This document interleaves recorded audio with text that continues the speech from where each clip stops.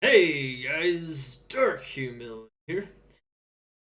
Catch me www.twitch.tv/Dark Humility, usually with variety Diablo 2 content 6 to 7 days a week. We will be playing, of course, D2R when it is arrived, and of course, for the beta as well, so you can catch us over there. That awesome live action. Of course, you can always catch our Project Diablo 2 and LOD build guides in YouTube. LOD guides and PD2 guides sections, including one we're about to show you guys today. So today we have a very awesome build for you guys. Just to remind everyone, of course, all of my builds that we are showing off on LOD guides are on single player LOD pluggy softcore and hardcore in this case. It's all solo self-found. So these items might not be the very best items or necessarily the most difficult items in all cases, but of course we'll explain all the options and everything else in that regard. Alright guys, so today we have one of my favorite builds, also one of the most powerful builds, especially for solo or single players one farming. BattleNet. The Berserk Barb. Some might say, including myself, that for elite hunting, for extracting the rarest, unique, and set items in the game efficiently, Berserk Barb is number one. He just simply has no equal. He is, in that regard, of course, S tier, but he's just S tier overall. He's also just one of the best builds, period. So he's a very important build. One thing to also mention about the Berserk Barb before we start getting in deeper is that he is a build that I'd say a lot of returning players might not have a lot of familiarity with. It's kind of a very technical build that was developed over the years by players trying to seek out the most efficient ways of completing the Holy Grail, which is finding all the unique and set items in the game. It's also a technical build that evolved as a way to help players reach level 99.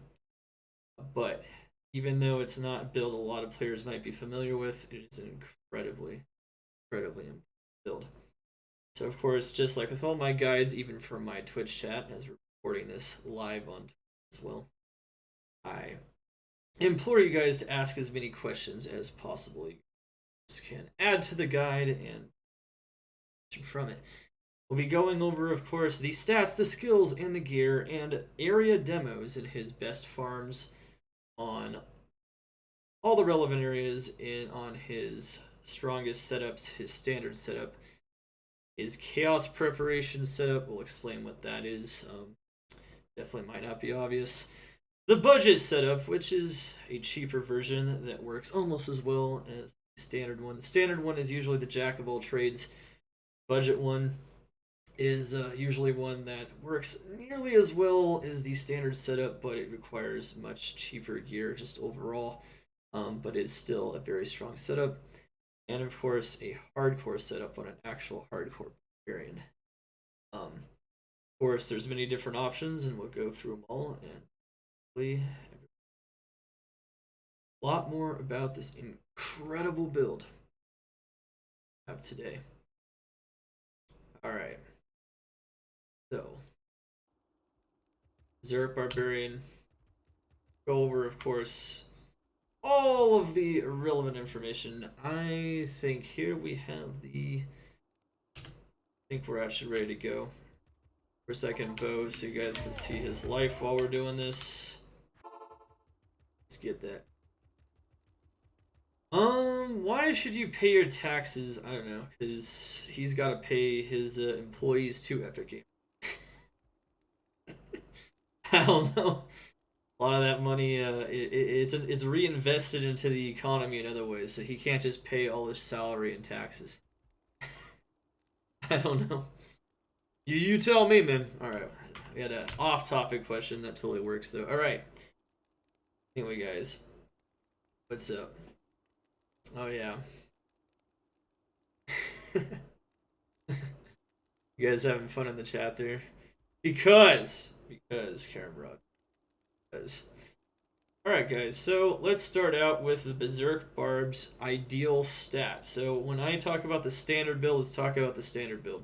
Standard build is the build that I see as the most jack of all trades. This is the typical build that can do as many things as possible and is a very generic version of the build.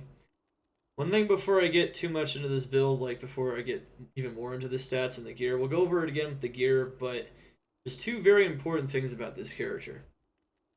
In general, he is designed to have as much magic find as possible, except for Chaos Prep version, where it's not nearly as important. And in general, you want to avoid any source of cold damage on your build. Any source, including on your mercenary. You just don't want any form of cold damage anywhere.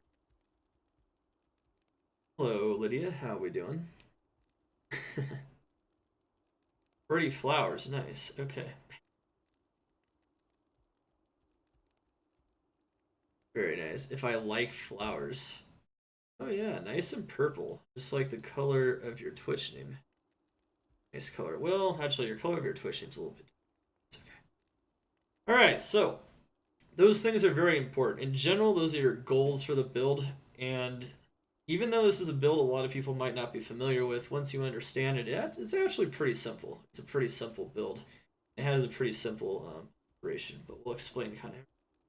Alright, let's get into the stats. Without further ado. Alright, so in general, on a Berserk Barbarian, at minimum, you're going to want to get as much strength as is required to wear his gear. Normally, that's none if you have a torch and an Annie, because the barb starts with so much strength, especially if you're wearing a Mage Plate Enigma or if you're strength bugging the Enigma, using like strength gear and whatnot to wear Enigma, and then the Enigma wears itself because it has strength on it. In general, though, you just want to get a minimum amount of strength as possible. However, one thing I will say about the Berserk Barbarian is that additional strength points will add to your physical damage of Berserk. That will make him a lot stronger. Make it more likely that he one-shots enemies.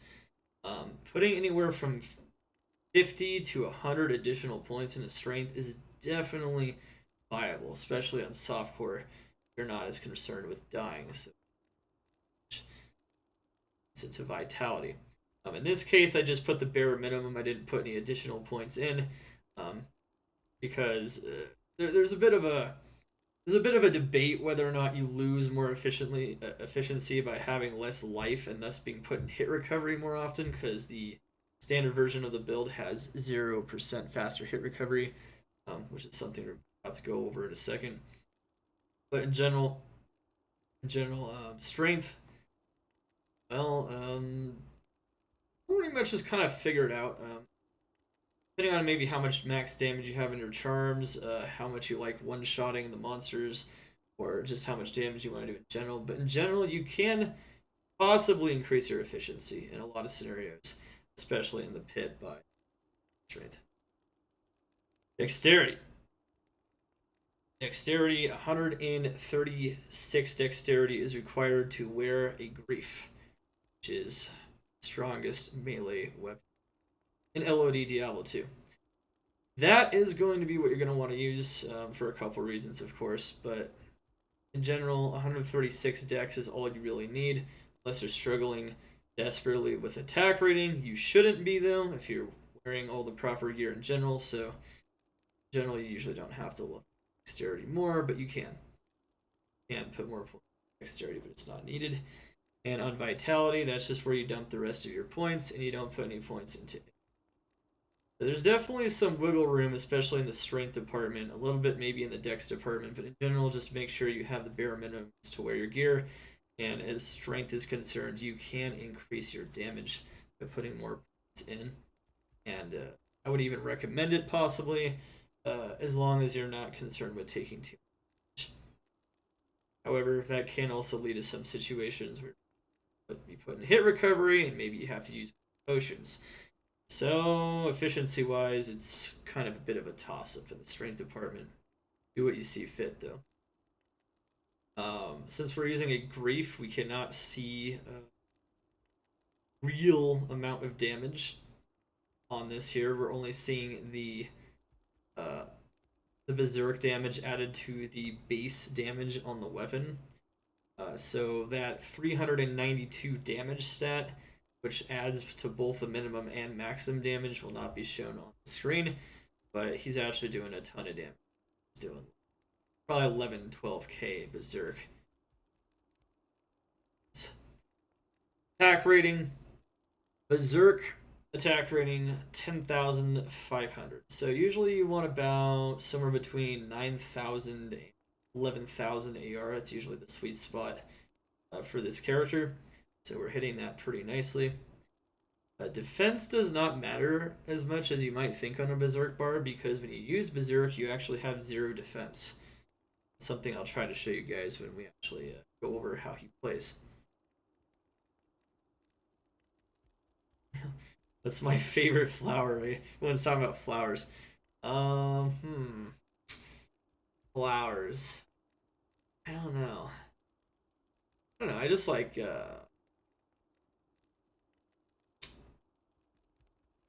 what do you call them? Corinthans? Yeah. There's a I like that style of flower. I'm trying to remember what it's called.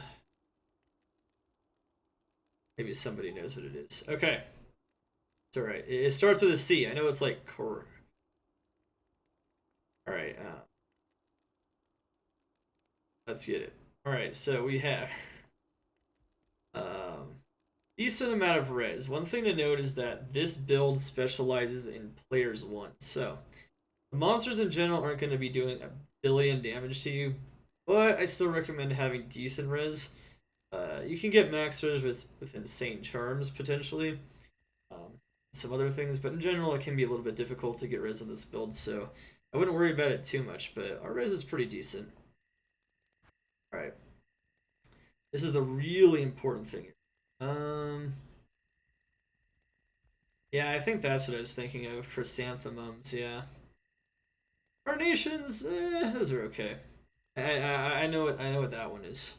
Yeah, chrysanthemums. Yeah, those.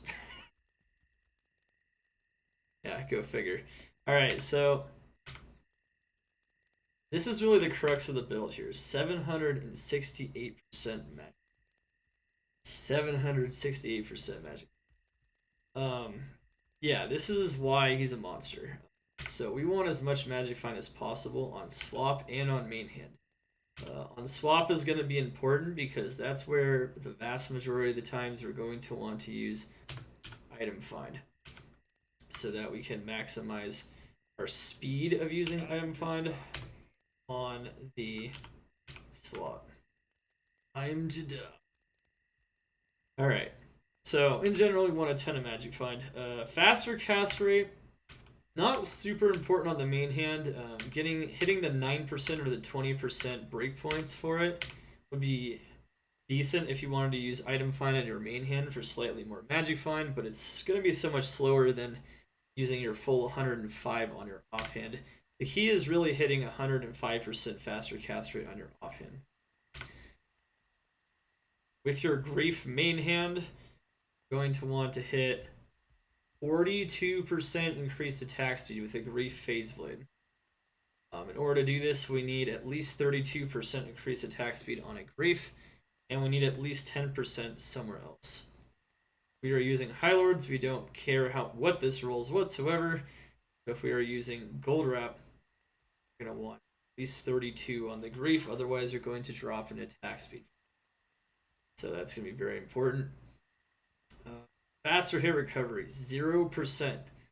So on the standard version of this build, we have 0% faster hit recovery. Now, don't really need FHR on this build too much because we're howling everything away. However, on the other variations of this build, faster hit recovery might become slightly more important. But on the standard version, where you're just trying to maximize your MF and softcore and find items as quickly as possible, the stat is simply unimportant. And as a matter of fact, trying to focus it will lower your MF almost certainly, so I wouldn't bother with it. And Deadly Strike does proc on Berserk. One thing to note is stats like Crushing Blow and Deadly Strike work with Berserk. And so it does increased damage to demons and a bunch of other stats as well. Berserk does magic damage, however, it does add all those physical damage modifiers to your damage, which is kind of interesting. So, having a little bit of those stats doesn't hurt as well. Alright, so in general, it's kind of what you're looking for stat-wise on a Berserk Barbarian. Now let's go into the skills. Skills are pretty simple in some ways, but maybe not others. Maybe not others. We have the Berserk skill. Obviously going to be maxing that. That is your main source of damage. Also going to want to max out Howl, which is not only is that a synergy for Berserk, but it is integral to the build itself and the gameplay for this build. Berserk Barbarian absolutely needs a high level Howl for two reasons. One, it's a synergy, and two, it's the key to how this build operates. Shout, maxing out this synergy is good, of course, as well, because it is a synergy for Berserk. However, when you use Berserk, once again, you have 0 defense no matter what. So Shout is not quite as important as Howl. However, you can max it if you have extra points. This character is 96. If he was 99, I probably would make sure we had Shout maxed out, or at least close to it. Battle orders and battle command, 1-point wonders for the most part. On other variations, there will be some differences here, but not by a lot. In general, you just want to make battle orders is a crazy 1-point wonder on a barbarian. Want that, and having 1 skills, just 1 point is definitely very much worth it. Yes, there's a lot of vitalism, a lot. What's up, John? How you doing? D2R, yeah, man, D2R is gonna be super high.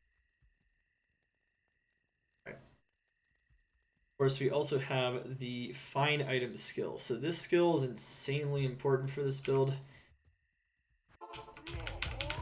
This build is garbage without it. It's all about that 55 or 56% chance to hork or to extract or have a chance to find double loot from a monster. So in order to drop items from them twice, essentially. This is the key to what makes this build more efficient than any other player's one magic finder in the game when it comes to hunting. That is definitely going to want to be a very high level. You're going to want to dump in all your points into it, or as many as required. Hit that 55 or 56. I'm hitting 56. I have pretty solid gear, of course. 6 is very nice. If you're going to hit 56, that is usually ideal, especially on your swaps. I'm hitting 56 on the swap, which is where we're going to be using item find, ideally most of the time. The rest of your points are going to want to be putting into Sword Mastery.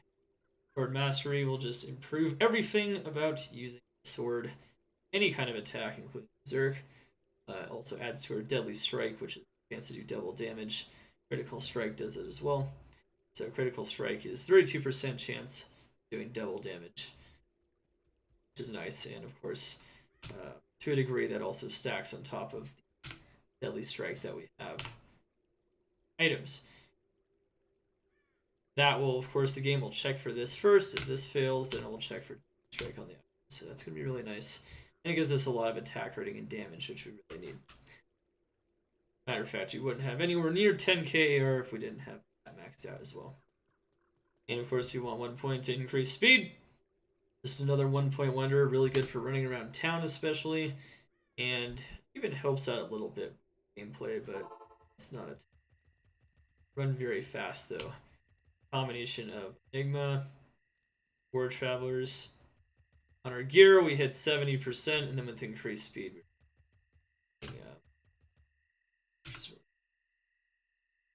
Alright, then we also have 1 point into resistance. You can actually have 2 points on this build. You really only have to put 1 point into there, but if you're feeling like you're lacking a bit of res, you can put additional points into there. It's kind of up to you, but I'd say it's not a priority. Usually, this is another amazing 1 point wonder, where if you just put 1 point into it, your plus skills will carry your res. You'll get an insane amount of res. You really need res on this build because you're using just tons of magic find items that don't have any res at all. So that's Alright, so most of the variants, there's not a lot of variation in the skill usage on a Berserk Barbarian, but that's pretty much how it works. Now let's talk about the Mercenary a bit. So the Mercenary is a Act 2 Nightmare offensive Mercenary using Might Aura. So Might Aura, believe it or not, is going to add to your damage, and it's in general also going to add Mercenary's damage. It's going to help him kill things when you jump on top of elite monster packs. It's going to help you get onto the next pack faster and to use item find faster for that chance. One thing to note is that there aren't really other mercenaries you would ever want to use on this build. Not even any other auras whatsoever, and Holy Freeze is actually so. No cold damage. Let's kind of revisit that. The mercenary here. You gotta make sure that there's no cold damage. That includes the chilling armor proc from Fortitude. 0 cold damage. Aware. If you have cold damage on this build, it will affect your ability to have corpses. It will freeze elites sometimes, and it will explode their corpses, shatter them, ice shards. And you can't use item find. You have to actually have the corpse visible. It can't be exploded in any way or used up by another skill like a summoning skill.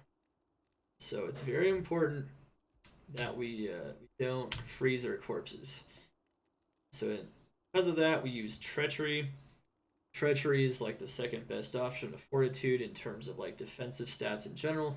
But it's also really good for boosting the mercenaries' DR, res, and faster attack speed. And in most situations, it works very well. Deface is really good just for boosting the mercenaries' damage. And also, if you put a nice attack speed ED jewel or something similar into it, his damage will be insanely high. As for the insight, we have an insight here with an F insight Thresher. F Thresher. F Thresher is a really good base. It's a really fast base, and it will allow him to attack very quickly with all this attack speed gear. One thing to note is this is actually an ethereal bugged treachery. It does not have to be in a sacred armor, but funny enough, I actually have a self-found perfect defense ethereal bugged treachery in a sacred armor. It's pretty nuts, but it doesn't have to be this. It can be a lower strength base or an easier to find base. In general, that kind of goes with a lot of my gear. Like it could be a little bit better, it could be a little bit worse. It doesn't have to be exact. And Insight's just really good. It's critical strike, so it gives the mercenary a chance to do double damage, and it gives you meditation, which allows you to sustain your teleport and your use of mana. You use a lot of mana on this build, especially teleporting very fast. The Barbarian has Sorceress faster cast rate frames. So at 105 FCR, teleporting on our weapon swap here, we're going to be teleporting insanely fast. We're also not going to be having a ton of mana.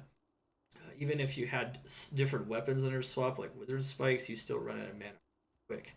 So Insight's definitely the clear choice. Once again, just like with the Fortitude thing, having cold damage on it potentially with the chilling armor, you cannot use Reaper's Toll as your weapon. You just can't do it. Reaper's Toll has cold damage on it. Otherwise, Reaper's Toll might be a better option in a lot of cases on this build because it could proc Decrepify, which would increase at least the mercenaries' damage against the monsters quite a bit.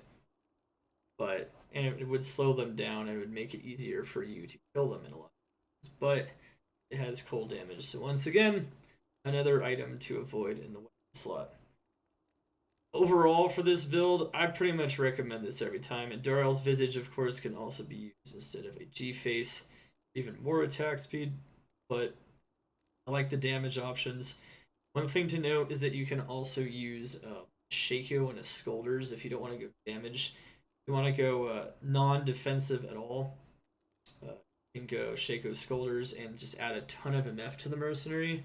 And when you isolate those elites, you can have the Mercenary finish them off, applying his MF to your MF.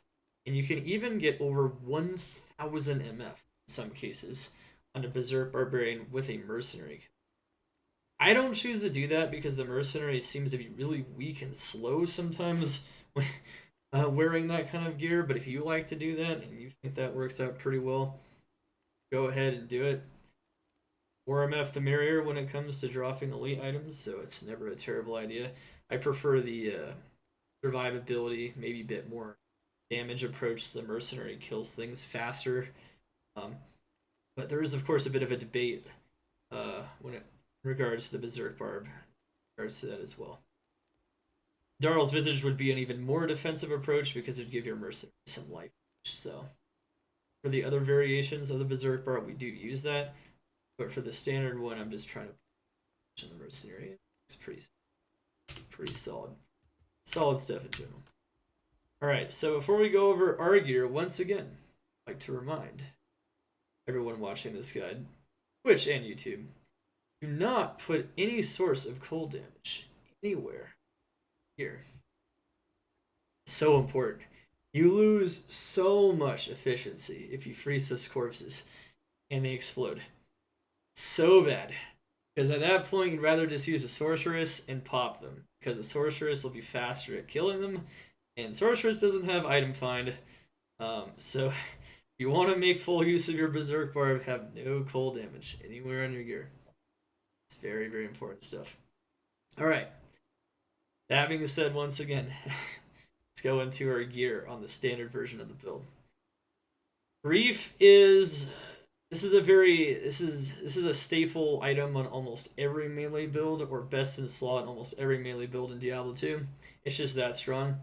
That flat damage adds to both your minimum and maximum damage, so it's like 427?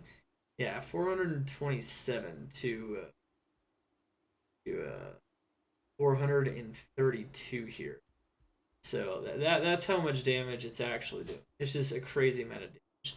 No other weapon can match it. In a Phase Blade, which is the fastest base in the game, it's insanely fast as well. That's why we use a Phase Blade. It's the fastest base, but also it doesn't have durability, which means you can swing it as much as you want. You don't have to go back to town and repair it constantly. So this weapon has a lot of advantages. That's why it's in a Phase Blade. I highly recommend just to put these in the Phase Blade. For PvP, Zerkers edge out the damage a bit more, but you need a little bit more attack speed, and they do break. So, PvE is definitely the clear case. Of course, it also gives you damage to demons, deadly strike. This gives you everything. Ignore target defense doesn't matter against the elites themselves, but the negative target defense is awesome. And overall, this is a pretty sick roll, sick base. Doesn't even have to roll this good though. You can get a minimum rolled grief, and it's still going to be better than any other weapon possibly common in this build. Another item that is pretty much, I would say, a requirement even for this build. Maybe not as much of a requirement for one of the farms, Pendle Skin, but it's pretty staple in general. The general workings of this build. You need Magic Find. You need mobility. You need everything that Enigma is going to give you. That teleport is so important. Being able to teleport around as fast as a Sorceress and a Barbarian is what really truly makes this build shine. And of course, this is an item with a ton of Magic Find, which is definitely very important for this build. The only item I am wearing currently that doesn't have Magic Find is my weapon. Main weapon. Weapon I use to kill things with. Everything else has Magic Find. That is a general theme. Yeah, it also has damage reduction, gives you strength, so it adds to your damage. Even if you don't have anything that requires more strength on the build. In general, this is just going to be like no brainer. Even on the budget version of the build, I recommend this if you can afford it. Like I said though, you could theoretically on Pendle Skin, you could necessarily need it. You could like use a teleport staff or something, and maybe Skullers, but it's going to be a bit tougher. All right, the helm. This is best in the slot for the vast majority of farming areas that a Berserk Barb can do. Shaco with a Champion. Navi Frozen is really, really big because you are a melee build. If you get frozen, you attack a lot slower. It's going to slow you down a lot. To run a lot slower. Overall, it's just a bad time. But you need a source of cannot be frozen that is not Ravenfrost. Because how does ignored target defense affect damage? It doesn't affect damage. It affects your ability to hit an enemy, and so does attack rating. Ignored target defense basically puts all monsters that are non-elite monsters, so like random monsters and minions, at 0 defense. That's what it does. It doesn't work against elites though, so it's not going to work against the vast majority of monsters we're going to actually want to be killing. So that's a good question from the chat from Gut Siphon there. But no, that's it doesn't affect damage. It affects your ability to hit a monster. If a monster has 0 defense, you basically always hit the monster. So 95% chance it is. Pretty good stuff. All right. Once again, though, we want a non-Raven Frost source of cannot be frozen. Raven Frost has cold damage. Can't stress this enough. No cold damage. So there are some other options to have cannot be frozen on your build somewhere. This is one of the more expensive ones, is putting a Cham in your helm, but it's also the more effective one. It's slightly more efficient than any of the other options. We'll be going with a budget build, though we'll show you guys one of the other very common options that is almost as strong, almost as good. Shaco gives you everything you're going to want. Mana, life, skills, damage reduction, and especially magic find. Shaco is just really, really good for overall gameplay this build. Now, there's definitely a lot of options when it comes to, let's say, both the helm and the Ami. The helm, you can use like IK Helm. IK Helm gives you even more magic find, but it doesn't give you any damage reduction. It doesn't give you any life and mana, so it's worse in a lot of other ways, like defensively, which can definitely slow you down quite a bit, but it can increase your magic find. It's also a really good option against Pendle Skin. Other types of helms are good for the other variants of this build, but we'll talk about it. I'd say the standard variant, though, you shouldn't really concern yourself with any except for Shaco or an IK helm. Alright, Amulet. Amulet, your goal for Amulet is to either use High Lords, which gives you Deadly Strike and attack speed, so you don't necessarily need attack speed on Gold Wrap, or to give you your faster cast rate that you need to hit that 105 faster cast rate, along with Barbarian skills, which helps out everything, including your item find stat and magic find. Honestly, with this amulet, it almost doesn't get better than this amulet. I got insanely lucky. I craft a lot, and 35 MF is the maximum. Sheer maximum. That requires double MF mods. So you need 2 MF rolls on the amulet, 2 mods to combine into 1 MF roll to get anything north of 25 MF. So it's 31, which is insane. And we got mana, we got our faster cast rate we need, and we have our skills. Doesn't have to be this good. Other amulets that work really well. See, I have another one here. This can allow you maybe to use Hodo on swap, so you can like lower your FCR elsewhere on your build if you can get 15. 5% though is usually the bare minimum if you're looking to supplement a swap that has 100. So, general though, that's going to be kind of what you're looking for, but there's definitely a lot of amulets that work pretty well with this build. All right. Of course, High Lords works really well too, but we'll talk about High Lords and the other variations of this build. High Lords is a very solid choice. All right, swaps. There's 3 items that work very well for your offhand and your main hand weapon swaps, depending on the rest of your build. Suicide Branch. Suicide Branch gives you the advantage of giving you +1 skills, which helps a lot to get your item find to that 56%. It's really hard to get to 56%. Even if you max it out and you don't have plus skills in your swap, you actually can't hit 56%. You only hit 55. So the advantage of Suicide Branches is that you can hit 56% item find. Hey! Orc!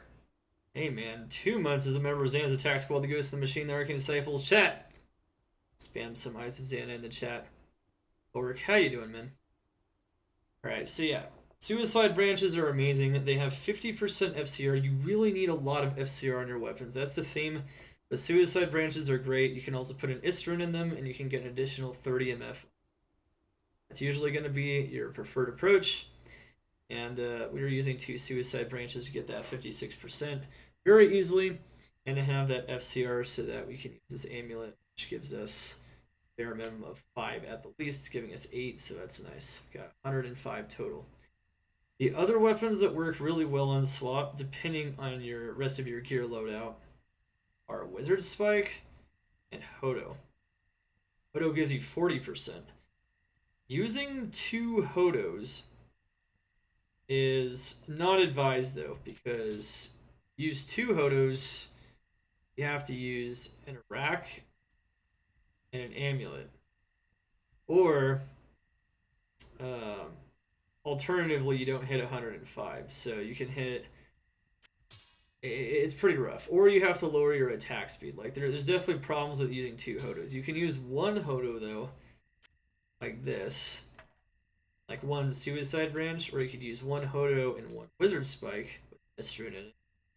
And then you can use this amulet like this one, or you can use Arachnid's Mesh alternatively, as long as you use High Lords. And you can still hit your attack speed breakpoint while also hitting your FCR break. Here we're hitting 110 FCR, which is hitting that 5 break. Of course, we could still do that like this as well. With Gold Wrap, we're still not hitting our attack speed breakpoint of 42. And we're still hitting that 105 with this 215 amulet. This amulet is also pretty... Definitely have some pretty crazy amulets on here. Alright. But we're going to go back to Suicide Branches because I prefer hitting that 56% item find, and it's a lot easier to do so, and we hit a lot of MF this way. One disadvantage of the Hodo is that you can get more life, you can get more plus skills for item find, but you cannot put an Istrin in it. And there's 10 less FCR, which means that you have to sacrifice other parts of your build to hit that same breakpoint. You can use 2 Wizard Spikes as well. If you use 2 Wizard Spikes, though, it might be really hard to hit 56. You might just have to settle for the 55% item find. Wizard Spikes are really good, though, because Wizard Spikes have a lot of all-res, which means you basically can't take elemental damage while you're teleporting. Well, you can, but not going to take a lot. You got so much stacked res, it's crazy. And you also have a ton of mana, which means that you can teleport as much as you want, and you're never going to have to use mana. So there are advantages and disadvantages to various loadouts.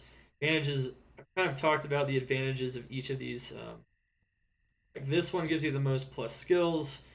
It's really good for like supplementing item find and increasing your battle orders, making you maybe a bit tankier. This one's really good for just easy teleporting and nice res. And these are the best for making it to where 56% item find is possible, and it also makes it to where you only require 5% FCR somewhere else in the build. There's definitely a lot of preferences there. I prefer 2 Suicide Branches, though, after testing a lot. You usually hit just enough mana with meditation from your Mercenary's Insight that is just fun. It's a good question, though, Bro Man Dan, on the Wizard Spikes. Alright. Chance Guards. Oh, wait. Didn't go over one item, actually. I forgot about this. This is very important. I almost skipped an item. Alright. 6-isted Phaseblade. Alright. 6-isted Phaseblade. That's right. all you want on your offhand on this build is as much magic find as possible on the standard version of the build. On other versions of the build, that's not really the priority, but you want as much magic find as possible. This is the way to get the most amount of magic find possible. Any item, and since you can use 2 weapons because you're a barbarian, take advantage of it by putting 6 is into a weapon. That being said, though, there's cheaper options. Of course, we'll go over those on another variant like Gold Dagger. Gold Dagger is pretty fast. Alibaba is a slow weapon, which could be a problem, but it also could be used. One reason that we use the Phase Blade, though, is something I just mentioned. With the Alibaba being slow, you want your offhand to be fast, just like your main hand. It's actually kind of interesting, but I wonder if I can actually illustrate this real quick here.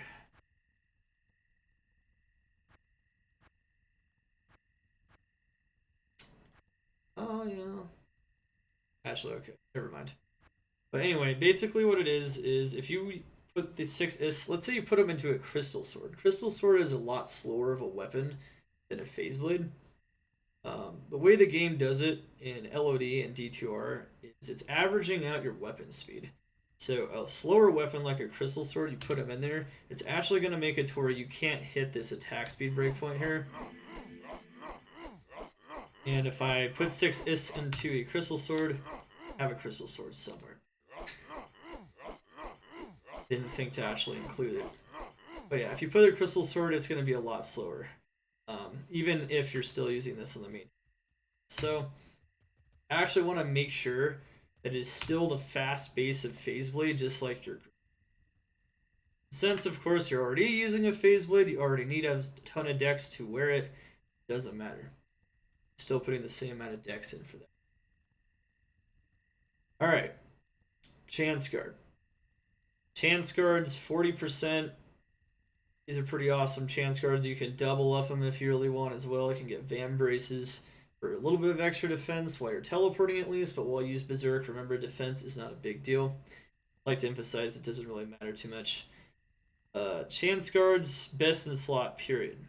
There's pretty much nothing else you're going to want to go on the standard version of the build. When we go over some of the variants, though, there are other very strong options for increasing your damage. But in general, not really looking for that. Laying of Hands and Crushing Blow gloves are definitely useful, though, as alternatives for increasing your damage and effectiveness. But when you're going for the standard version, you just want as many uniques and set items as possible. You want the rarest unique and set items as possible. So, really want to make sure you bring as much MF as you possibly can everywhere. This is how to do it. Chance Guards. Rings, there are rings that can get more magic find actually, besides Nature Rings, which are the Gratuitous Rings of Fortune, which are insanely rare. Magic Rings that can give you 40 MF or up to 40 MF. But you're going to want to use Nature Rings anyway, because Nature Rings gives you attack rating.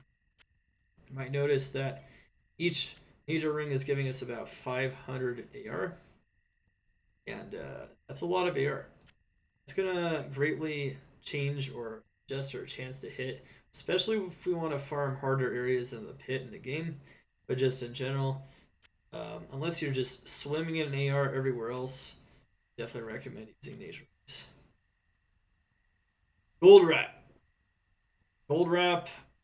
So this is where you can use Arachnid's Mesh if you want to hit that 105 breakpoint without having any FCR on the amulet.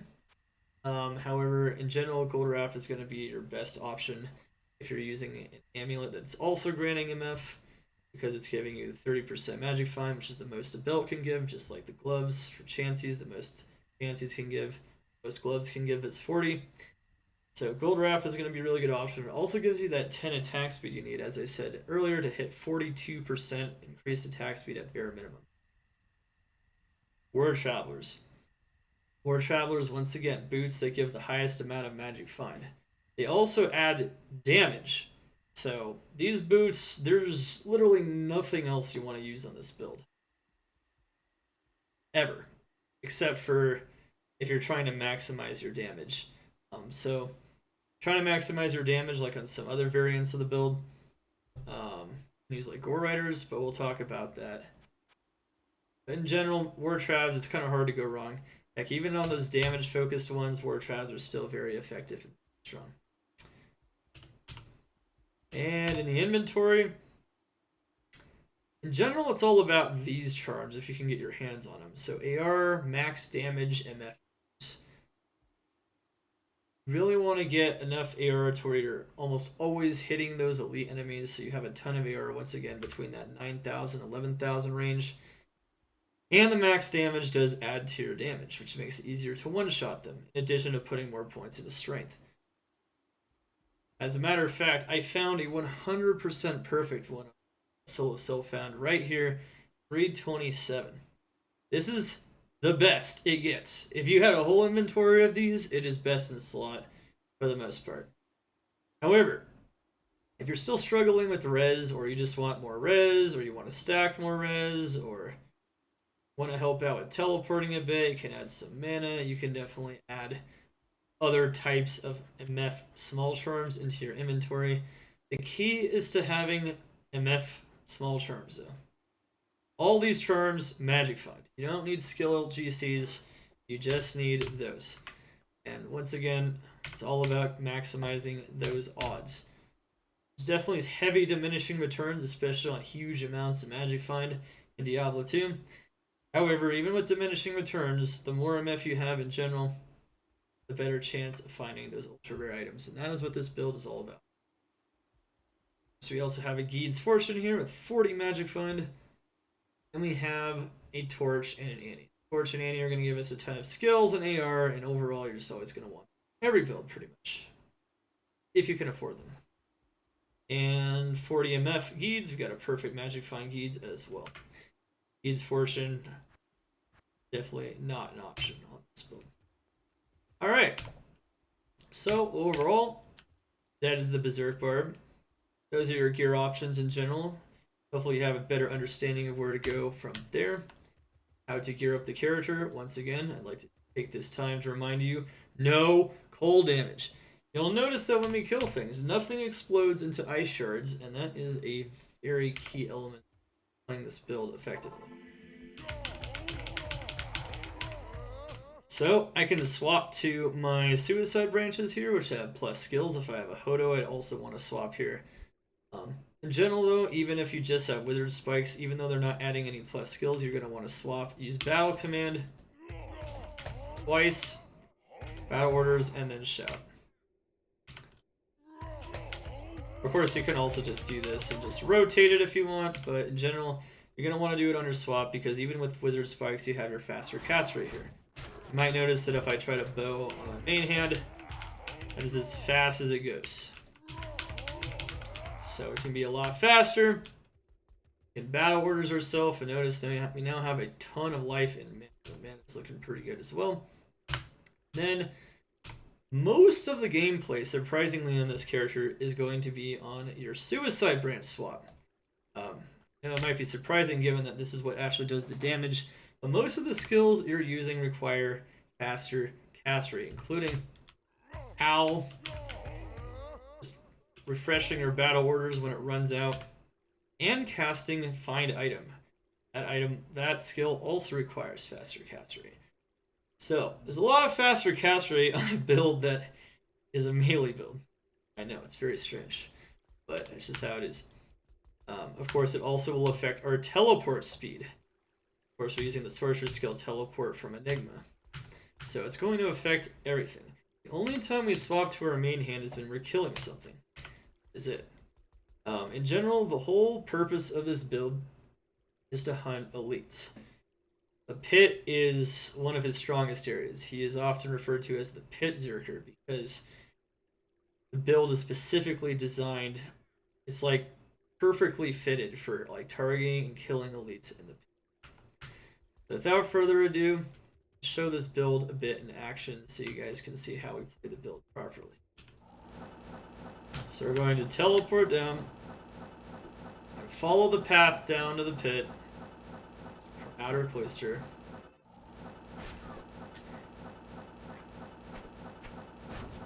Make sure we're in players 1 if we're on single player like we are right now, and if we're on Battle.net, this build performs best when there's only one player in the game and we're trying to find things because we don't, even though we have grief, we still don't do 1,000,000,000 damage, even with maxed out Berserk and everything else. So, the higher the player count, the more hits it's going to take to kill a monster. In general, when we find an elite like this dude right here, Puke Cloud, we're going to want to howl everything away. Usually just have to do it once. And then we can swap to our main hand, slash them in the face, or have the mercenary kill it. That works too. Especially if you stacked Magic Find on the mercenary, like I mentioned earlier, that you can do if you want. It definitely takes a little bit longer than just killing him though. Usually, unless you're explaining things, sitting here, letting the mercenary kill him like I just did. And then what you're going to want to do is you're going to want to swap back, use item find on the corpse for the elite. Now you can also, use item find and everything else, but that's not as efficient as using item find on the elite. The elites have the best loot tables. They drop magic or higher items guaranteed, or at least gems or runes. That is how you're going to get the sick loot, is by horking these dudes. Now, the other monsters might get in the way, but that's okay. If you ever want to make sure you've horked them, just make sure to hork everything first and then hork those.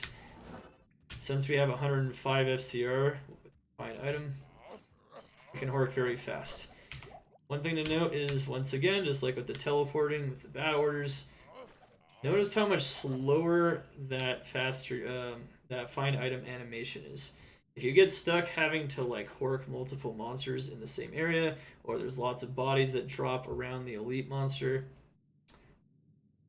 it's going to be a bit of a problem to use item find. It's this slow. So the other thing is, since we're using suicide branches, we're actually getting an extra percentage chance that the item find succeeds and we get double loot. We actually succeeded in this case. You might notice that we got double loot in all regards. We got an extra magic item on top of the Tusk Sword, a Guardian Crown, and we also got a second set of potions.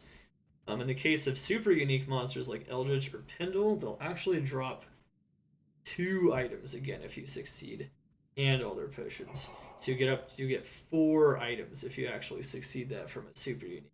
Since these are just elite monsters though, or just normal unique monsters, they will give you a chance at 2 of them. Of course, the pit has a ton though. It's a max level area. It's one of the Barb's best area. It can drop every item in the game, which is another reason why this area. So let's show this gameplay a bit faster here. I'm gonna howl, swap to our grief, and then swap back, item find, and then teleport. Howl, slash with grief, item find, teleport. And if the mercenary just pops them in the face, that's good, because then you can just item find them and move on. One advantage to having a mercenary that does a lot of damage, like mine, with G-Face and Treachery, with fast attack, is that he will kill the monsters oftentimes for you, including surrounding elites. Let's say you have multiple champions in an area, he'll kill them too. He'll also kill minions and possibly dropping items in players 1, and even though it's not likely he'll drop any good ones, he can also drop monsters while you're teleporting. Mercenary in general is very good. So yeah, we're targeting these elite monsters and we're horking them for an additional chance. And notice we didn't succeed our item find there. It is 56%. So we have a pretty strong chance, but it's definitely never guaranteed. There you have it. Killed all the elites in the pit and we horked them. Actually, except for this one. I missed one, actually. Nice. But yeah. Once again, if I slow it down, though, in general, you're going to be using teleport around to find the elites and to get to your farming area. And you're going to want to be using item find once you kill the elite. You're always going to be on your FCR swap when you're doing those activities. In general, you teleport around. Once you find an elite, you cast Howl. Swap to your grief, you kill them. It might take 1 slash, it might take 2. It can even take 3 in some cases if the monster's very tanky. And then you swap back to your CR swap, find item, and then teleport. That is the general idea. Howl is very important. The closer you teleport to the elite, the better. You might have noticed I was teleporting pretty close. It can get the mercenary to kill it, but it can also make it to where Howl has maximum effect and it scatters the monsters away from the elite. Howl is pretty awesome. It doesn't work on the elite itself, so it doesn't cause them to run away, but it'll cause all the other monsters we don't really care about to run away. Which is the key to efficient farming on this build. Maybe I missed it, but does your Merc ruin your MF? It does not. It can only add to our magic. Mercenaries only add to your magic find in Diablo 2, so if the mercenary kills the monster, his magic find adds to yours. Which is why, for instance, like I said earlier, if you have a Ethereal Shaco or just a Shaco and a Scolders, he could actually make you have up to 1,000 MF if the mercenary kills the monster, potentially. However, that will make the mercenary weaker, which has its own pitfalls. So, I mean, we're already almost at 800 MF. The diminishing returns are real. The difference between 800 and 1,000 is not very high. Some people really like to go for that, though, which is why I mentioned it. But I like the mercenary to be a bit stronger. So it's a preference thing for sure, though. Alright.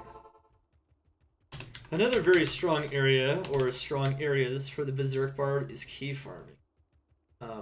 You can do it in higher player count pretty easy because he's really good at isolating the key bosses and killing them for keys.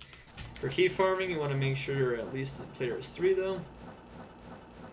Otherwise your chance of finding a key is very low. Since he teleports as fast as a sorceress, that makes him an ideal key farmer because you want to be very fast at teleporting. It takes a long time to search for the keys. Traverse all the way down every level here and to find them. So the Berserk Barb is very good at this. You can demo it, of course, here though.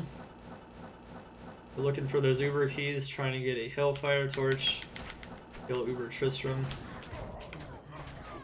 This is going to be very good.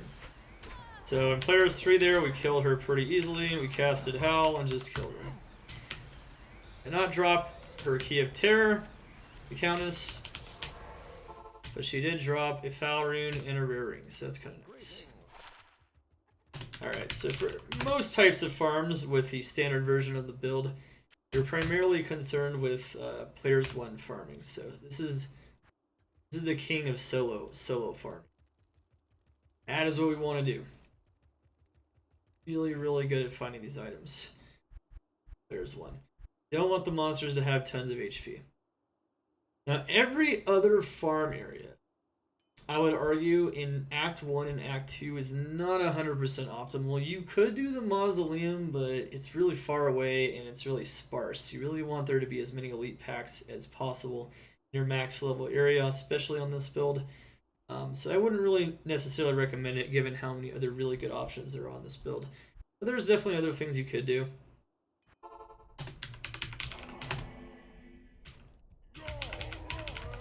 Nice! Hey, what's up, Droopy?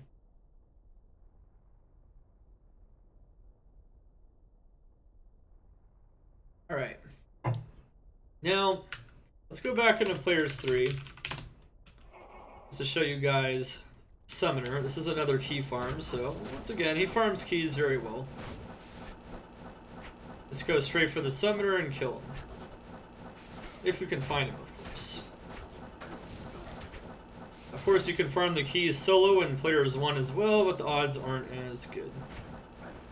One thing I should note, though, is that there's another pretty prominent farm area in Act 2, which is Ancient Tunnels.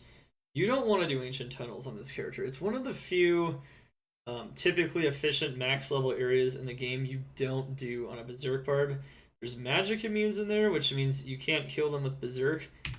You can swap to Concentrate to execute magic immunes with bonus physical damage.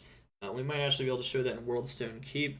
But because the monsters that are magic immune in the Ancient Tunnels can also be physical immune, that means you can actually run up against elites in there that are literally impossible for this build to kill unless you sit on them with your mercenary and kill them with poison damage, Andes, or something similar.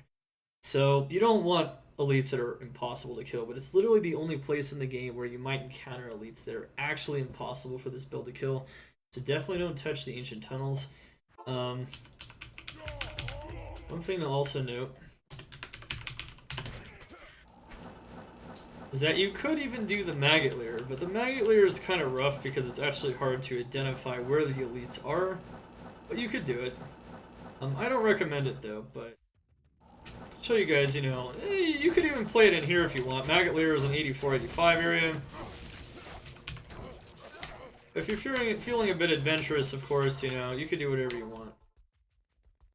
This build, in general, is very versatile, having both magic and physical damage.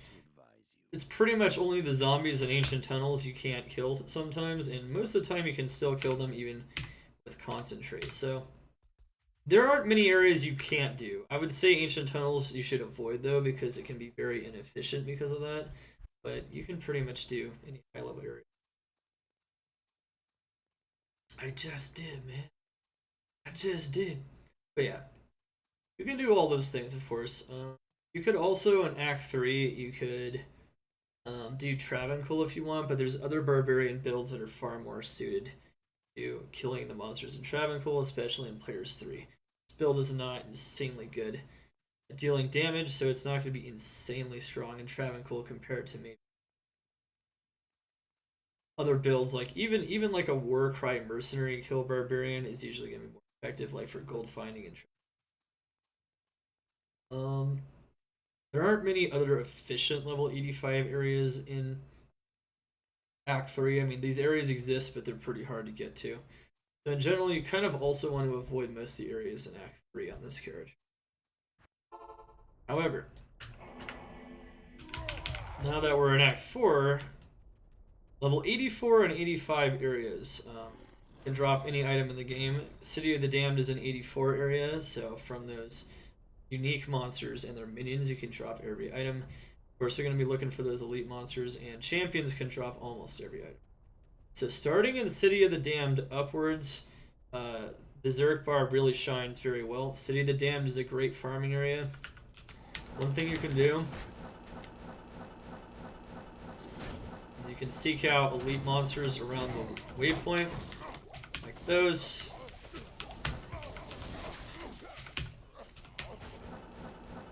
And then you can go into the River of Flame, and then you can also kill the elites in there as well. You can pretty much just knock off a whole bunch of elite monsters, looking for those ultra rare items. And it tends to be very efficient because you can just go look for the elite monsters in here, and then you can go straight into the River of Flame. Let's see. Yep. Okay, sweet.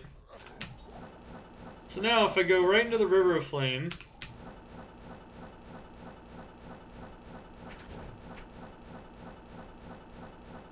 there's elite monsters pretty close to the entrance here as well. These are champion elite monsters, but also work pretty well. If you use item find on all other corpses in succession, you can possibly get double loot from all of them very fast. Of course, one thing to know is that champions have the worst odds of all the elite type monsters, so champions, uniques like Pus Spitter, the Flanged, and of course super uniques, which can drop 2 and 4 items with item find as well.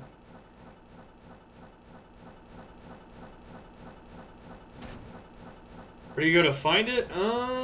Type exclamation pluggy in the chat, man. Notice how that monster was physical immune. So yeah, Berserk is doing pure magic damage. Do not care about physical immunes. But yeah, notice how there's all these elite monsters surrounding the entrance here through the River of Flame. It's really good stuff. So you can just go straight from the City of the Damned directly into the River of Flame like that, and pop a whole bunch of elite monsters. And it's going to be very good for this character in general. No immunities, no resistances. Now, if you don't choose to go the River of the City of the Damned route, another very strong magic finding route for this character is starting directly in this level 85 area, the River of Flame. You can drop even every item in the game from even the champion monsters directly into Chaos. So if you go this route, you will normally spawn elite monsters along this area here, all the way up into Chaos, and then into Chaos itself. But since we started in City of the Damned and then moved into River, the elites spawned in the beginning of the River of Flame and not near the waypoint. So, in this case, though, we're going to show off one of his very strongest areas, which is Chaos Sanctuary. Since he can get double loot from all these super uniques, and not just the uniques like this dude here, we can even get up to 4 items from Lord DeSace. We can get 4 items from... See, look at that. Unique items. Sweet. Magic Find already paying off. Not a good unique item, but that's okay. Grand Vizier of Chaos, Lord DeSace, and Infector of Souls.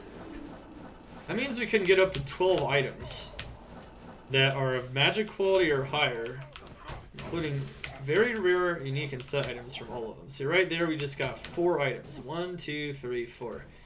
No other character in the game really does that nearly as well as this character does. One thing to note is that we can separate all the minions from Lord DeSace as well, making him a bruise. When we go over a specific a more specialized version of this build for Chaos preparation, we'll go more into depth about his Chaos clearing capabilities. But for the standard version now, we're just going to talk about just how awesome he is in general at farming Chaos. Since Diablo actually doesn't have super high amounts of HP, killing Diablo is actually the easiest boss for him to kill. In general, he's really bad at boss killing. But Diablo's not a big deal. You have some Deadly Strike. You do a ton of damage with Berserk. In Players 1, it's not a big deal. Players 3, it would be still doable. And if you put on more Crushing Blow gear for Chaos preparation, which we'll talk about later, you can even whittle Diablo down with your Crushing Blow. So, in general, very strong in Chaos. You can kill all the uniques and super uniques and find tons of items in that max level area and in the River of the Flame leading up to it. And you can even kill Diablo. Killing pretty much any other act boss is a nightmare on this character though, so I don't really recommend it. Unless you like torture. It's definitely a lot harder with the full build than most other builds. Alright.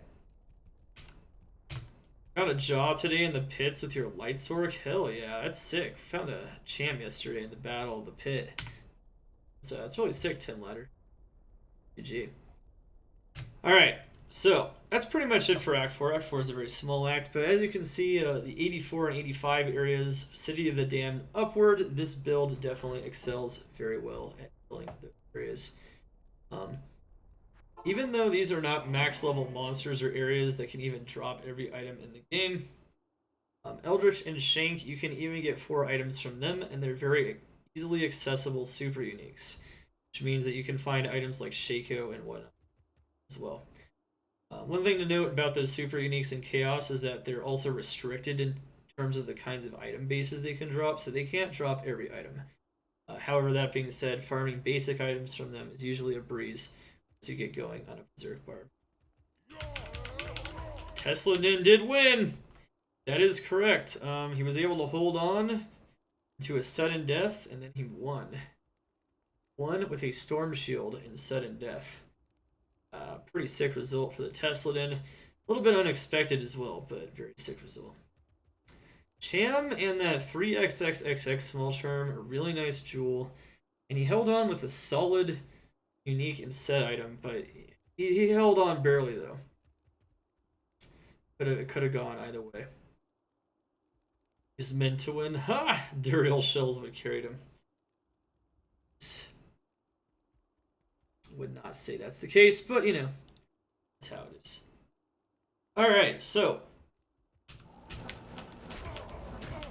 once again, just like with the super uniques in Chaos, isolating them with Howl is a breeze, and then popping them with Item Find is insanely efficient.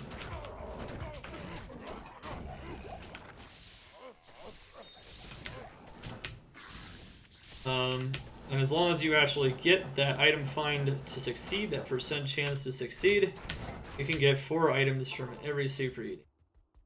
So that's going to be a really good type of a farm. And even with really bad gear on a Berserk Barb, you can do those farms, and you can do this farm I'm about to do here in a second. Now, one thing to note about Pendle Skin is that for Pendle Skin, we don't even need Cannot Be Frozen on our gear because being frozen isn't even going to be a major concern. We could increase our magic find even higher with like a double P Topaz, double Isted IK Helm, and we can even get upwards of 800 magic find on our main hand. We can get even higher than that if we had Ison here, and we had maybe slightly better MF small charms as well, and 2 more MF on the War Travelers. Just imagine you can even maybe hit almost 820 magic find. It's pretty nutty stuff. And as far as Pendle Skin is concerned, you can even hork with your main hand if you want because you're only killing 1 monster. This is an insanely effective method at finding the rarest items, especially in single player. In D2R, so long as you're able to spam create games and you don't get something called a realm down, which is pretty common in Battle.net, it's going to be a very effective farming strategy. Extremely effective. So one thing to note, of course, for Pendle Skin is we got our portal up because we didn't get the Halls of Pain Warp. I don't know if it's going to work like that in D2R. It probably still will. You don't want to hit the Halls of Pain Warp if you want to farm Pendle Skin using the red portal in Act 5. But he's insanely easy to farm because he's right here in town. And you can just enter here, teleport to the back, use Howl to howl away all of his minions. And then you can use main hand Hork to get that maximum amount of kill him. I don't even use my offhand in this case. The only thing I'm using it for is teleporting. So I can get to him quickly, jump to the back of him, use Howl, and then slice and dice and use Magic Fire.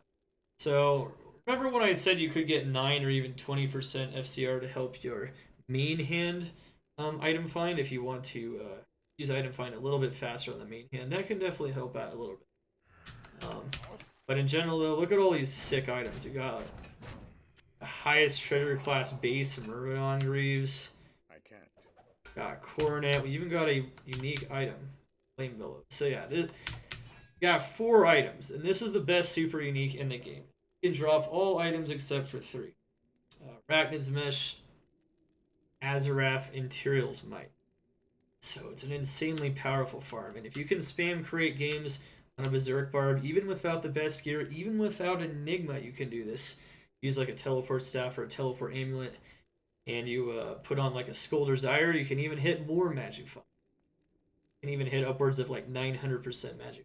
So there's definitely some real options there. Of course, with those, you'd have to repair charges, and it might lose efficiency in other ways, but in general, you can still farm it with it.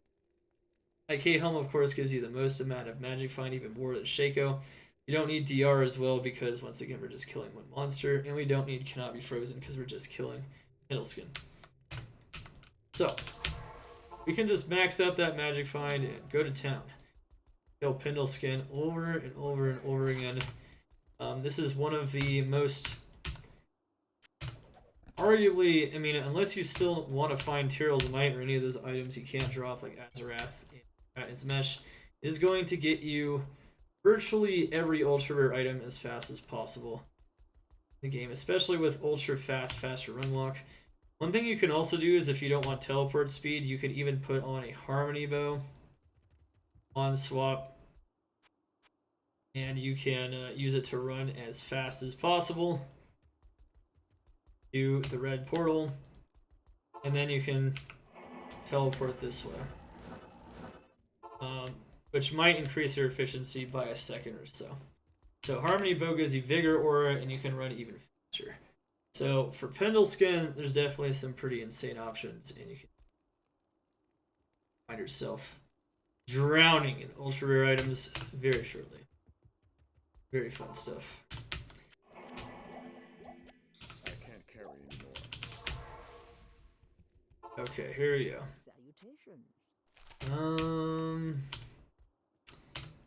I guess we can kind of show, like, so if you're on Battle.net and you can reload your game constantly on single player, you can just reload it. and you can do the same thing. Now I run really fast even without Vigor Aura, so it's arguable that you save just as much time just by teleporting faster. But like I said, there's some preferences there. And in general, you can even swap if you still want to hork all the minions faster, if you don't just want to hork Pendleskin. Definitely some options, but overall, there's tons of Magic Find, and Pendleskin is going to be amazing. Okay. Let's put the Shaco back on. What do you need?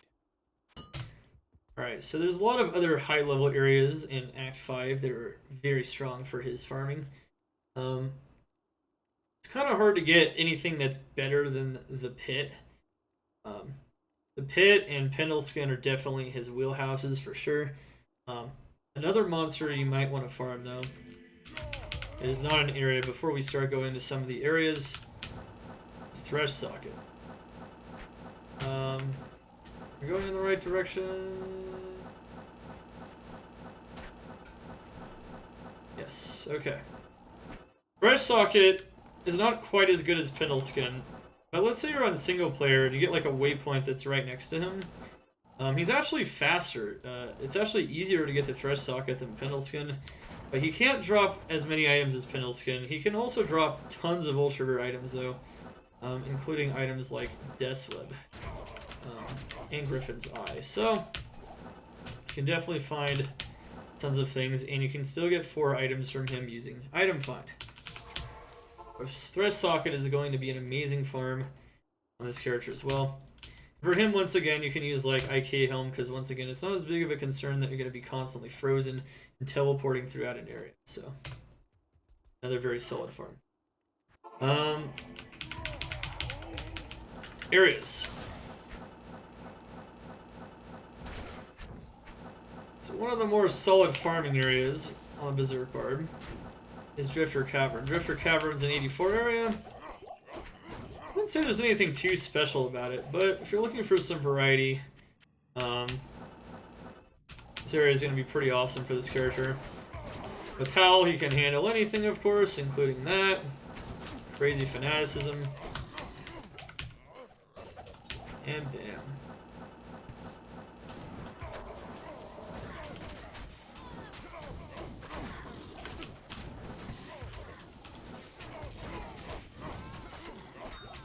Oh, wow. So yeah, I mean, you can pop them all, use Item Find. You can see with this much Magic Find, though, just how hard it is to find insanely rare items in Diablo 2. One thing I should mention to people is don't get discouraged when you're Magic Finding with any build. It just takes a long time. The odds aren't incredibly good.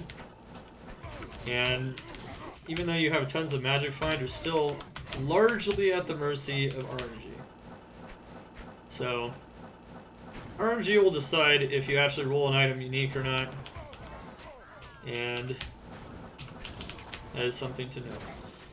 You can farm for hours even with a build this efficient and find nothing. So, but it is still, despite that, most efficient P1 elite targeting build. And that's pretty much it for that one. Sure. Okay. One thing to note is, let's see here.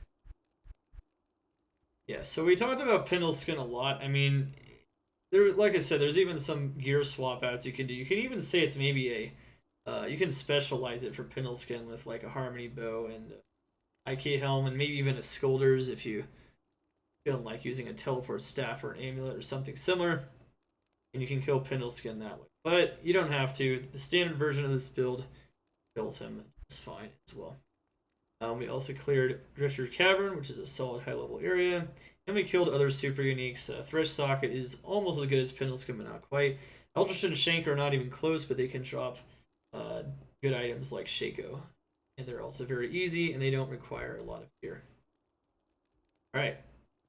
The next high-level area that we're going to want to explore, and the last area that is going to matter for the most part for this build, Berserk Barbarian, is the Worldstone Keep.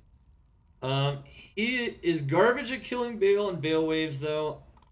He only kills one target at a time. His two skills, Berserk and Concentrate, are literally just single target.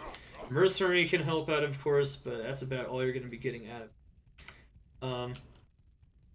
However, Worldstone Keep is a max level area. It is a dangerous one typically, but in Players 1, it's not too bad, and you can kill every monster that spawns in here. So, without further ado, let's show them off. And one of my favorite farms in the game.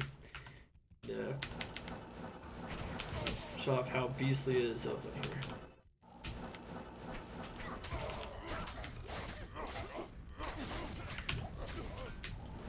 Wow. One thing to note about these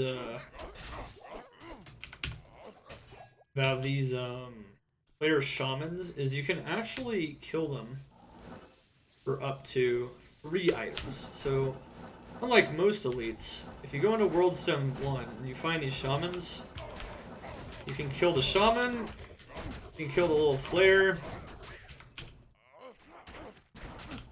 and you can work them for a 3rd item.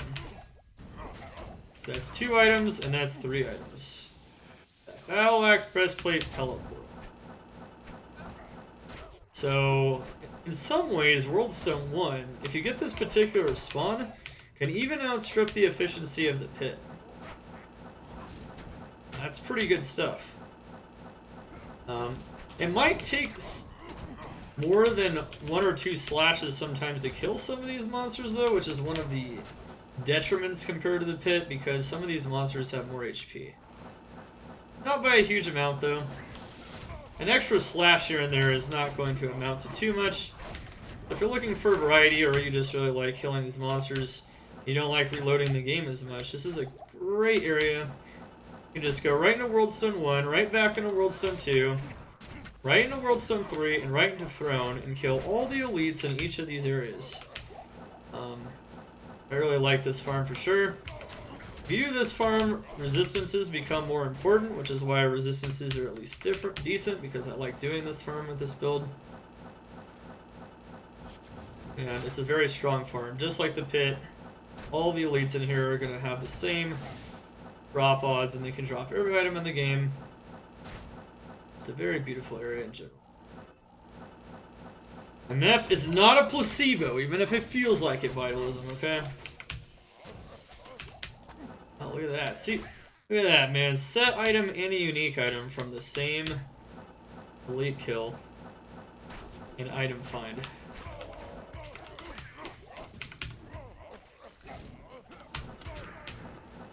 So yeah, we're just gonna demo this build here and here. Show you guys all that he's truly capable of.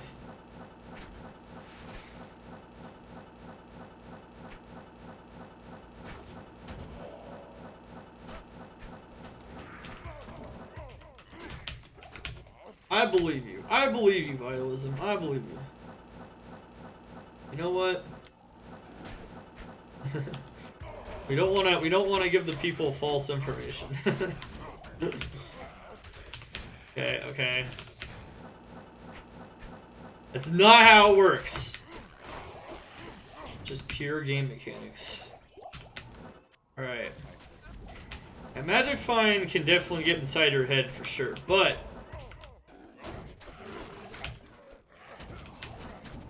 ow! I gotta say though, is even if I had the option to use a teleport staff and vigor bow, I'd probably still use the same build for farming Pendleskin. Simply because I run almost as fast and I don't have to worry about charges. I do like the idea of using the IK helmet, that's not bad. Pendleskin's cool though. Oh man, that sounds horrible. Yeah, I think I'm doing better than that, man. What happened, dude? What's up, Shadowfire? That's not good. Alright, so anyway, cleared Worldstone 1, 2, 3, and Throne, and they're all 85 max level areas. Once you get to Bale, though, like I said, he's not good at killing the waves in Bale. I would totally avoid Bale unless you're doing it just for fun.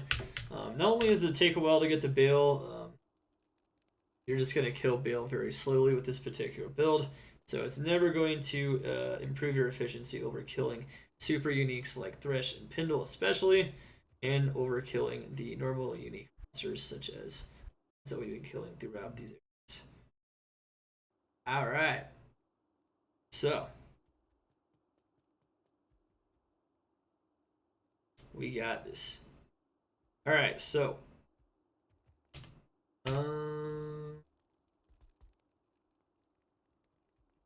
alright.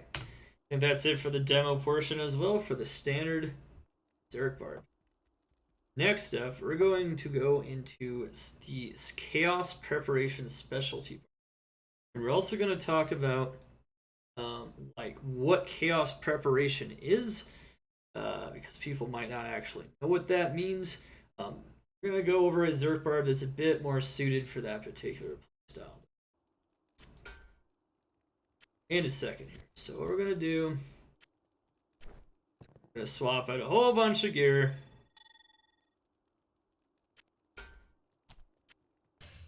So, Magic Find, one thing I should say before we get into this variant, as we're kind of gearing them up here, Magic Find is no longer the primary concern for the Chaos Preparation Berserk Barb.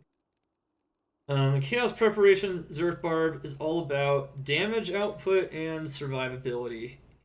And you're going to need it because we're going to be doing it in Players 8. That's right. This barb is designed to operate inside of a full game on Battle.net. Usually, of course, you can also use it to level up your barb, but I don't recommend it because Whirlwind is going to be a lot more efficient. So Bale Waves for leveling to 99. But in a full group, though, this Berserk Barb is pretty incredible at what he does.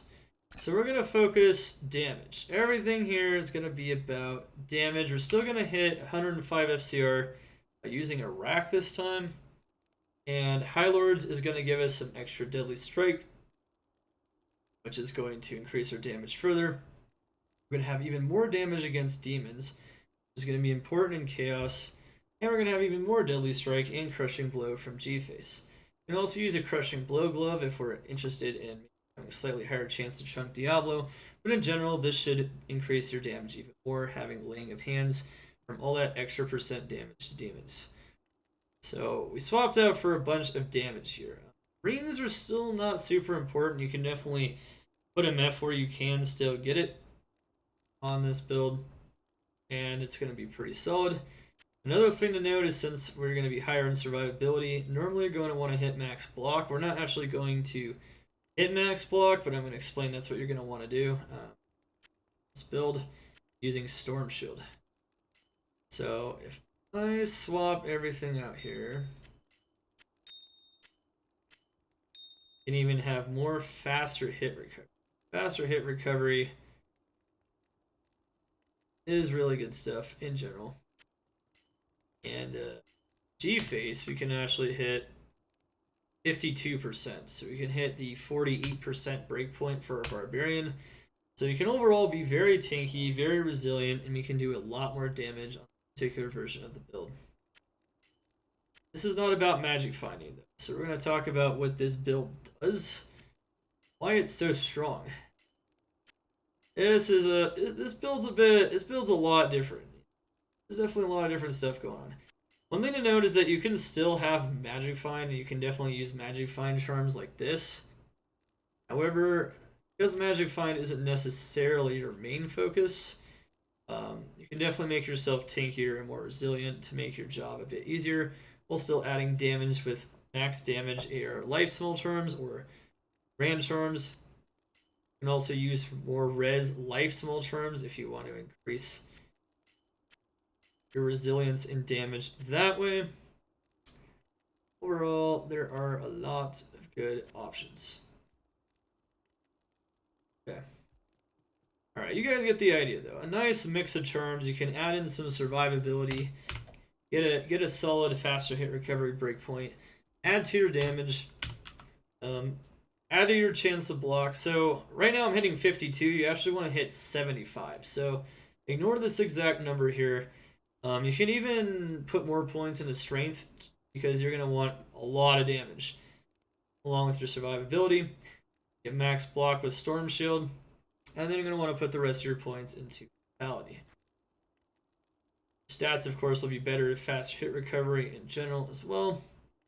You're going to be way overstacked on attack speed, which is not a bad thing because monsters in Chaos can decrepify you, thus slowing down your attack speed.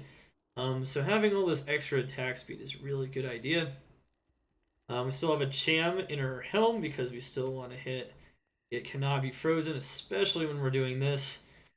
And offhand, we can increase our tankiness and our mana by having Heart of the Oak. You can see here, we can kill monsters in P8. We have way more damage reduction too, just from the Storm Shield. The hardcore version of the Berserk Barb has some similarities to the Chaos Preparation, but the hardcore is meant to do what we were talking about before, maxing out your unique and set item finds from elites, from elite hunting in hardcore. This build is meant for something very particular. So, I can't. yeah, let's ID these real quick, just in case you find some more goodies. Then we're gonna get into it. Good evening. What's up, Snowman? How you doing?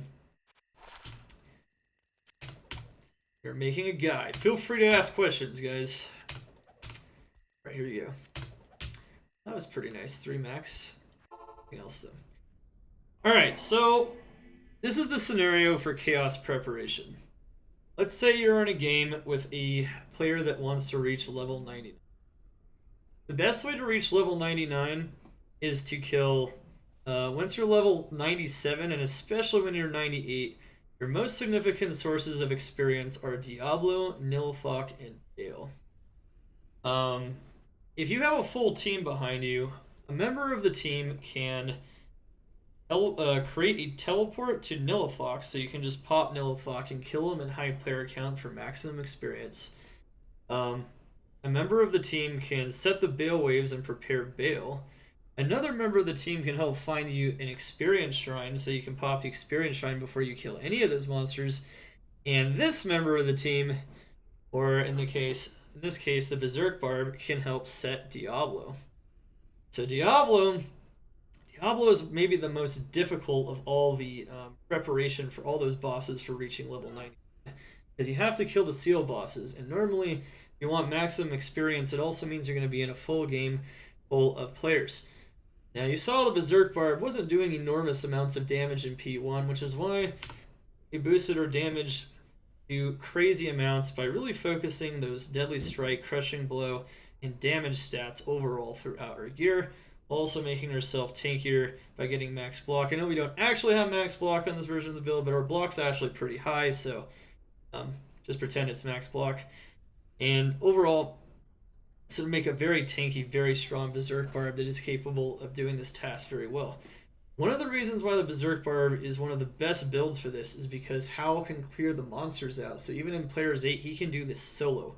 Not a lot of builds operate very well solo, especially without really good gear in Players 8 Chaos. But this build can do it pretty easily because he can pop the seals, and then he can kill the elite, the super unique, and then, you know, you can hork him for additional items with whatever magic find you tend to put on him. See, I still have 300-ish magic find on this version of the build, so you can definitely still get a pretty significant amount of magic.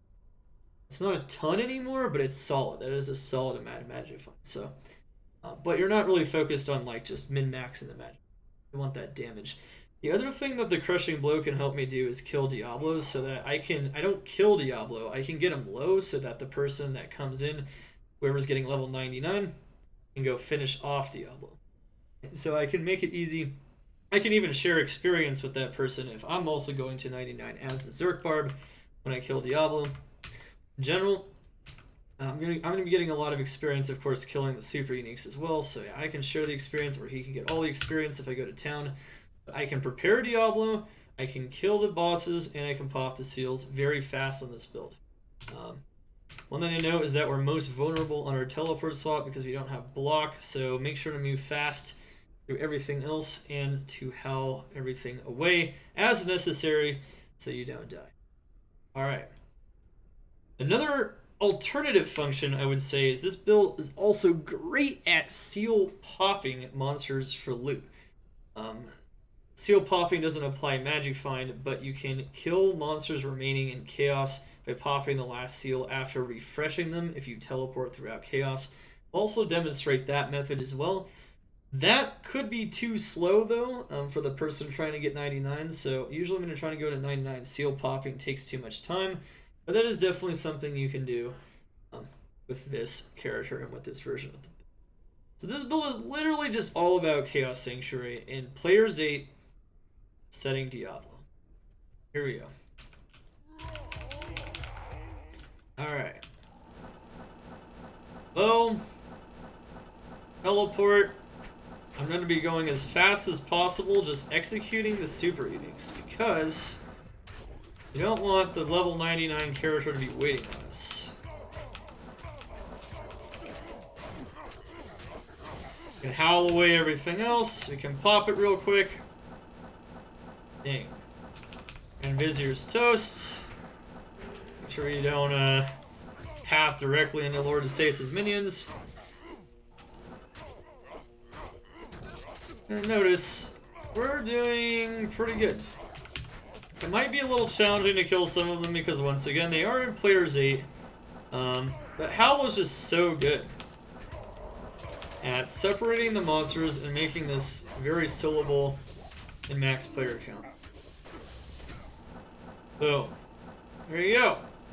And they're dead. And then we're going to pop Diablo as fast as possible here.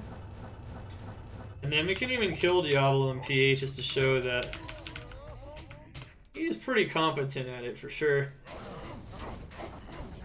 Notice that, see that little like fireworks symbol? That's Crushing Blow. So we're chunking him a percent of his remaining HP with Crushing Blow. So even in P8, we're able to get him really low on a Berserk Barb with this build. Of course, we can finish him off because there's no Sorceress or anyone else trying to get to 99. But if so, we would just leave him like that and just let the Sorceress kill him. This is a specialized version of the Berserk Barb, though, once again. For normal magic finding, you don't need all this Crushing Blow and Deadly Strike.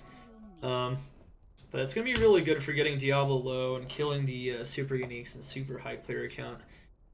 Gore Riders, Laying of Hands, just so much good stuff for this. And overall, it's just a really strong build. Of course, you can also use Ariots if you're more concerned about your own survivability. Ariot's Face will also be a pretty good use for this build as well.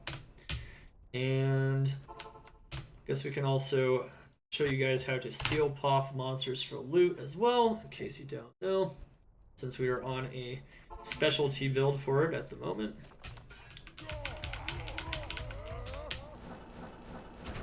Oops, I did not. Battle orders, strangely enough. If you have extra time, you can kill all the uniques along the way, but I wouldn't recommend it. Notice that we're in P8. You can definitely do it with this build. This build is the strongest you're ever going to get in P8, pretty much. Especially if you focus max damage, small charms and GCs in your inventory. But it's not bad. Players 8's pretty tough though. See, right now we're simulating a full party in single player. It's pretty rough stuff though. But even in Players 8, we do a lot of damage. Almost always proc or Crushing Blow.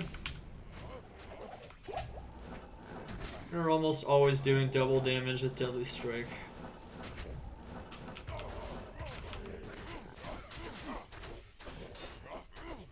Love to actually have my max block for this, but yeah.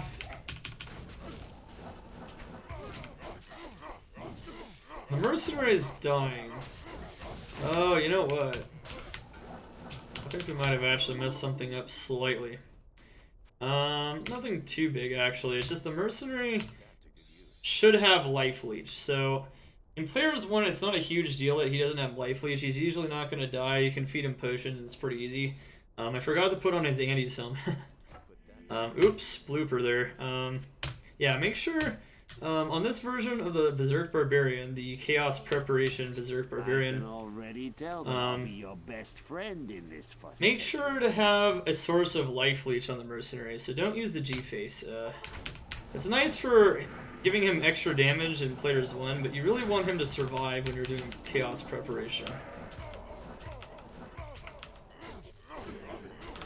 Oops! I was like, wait a moment.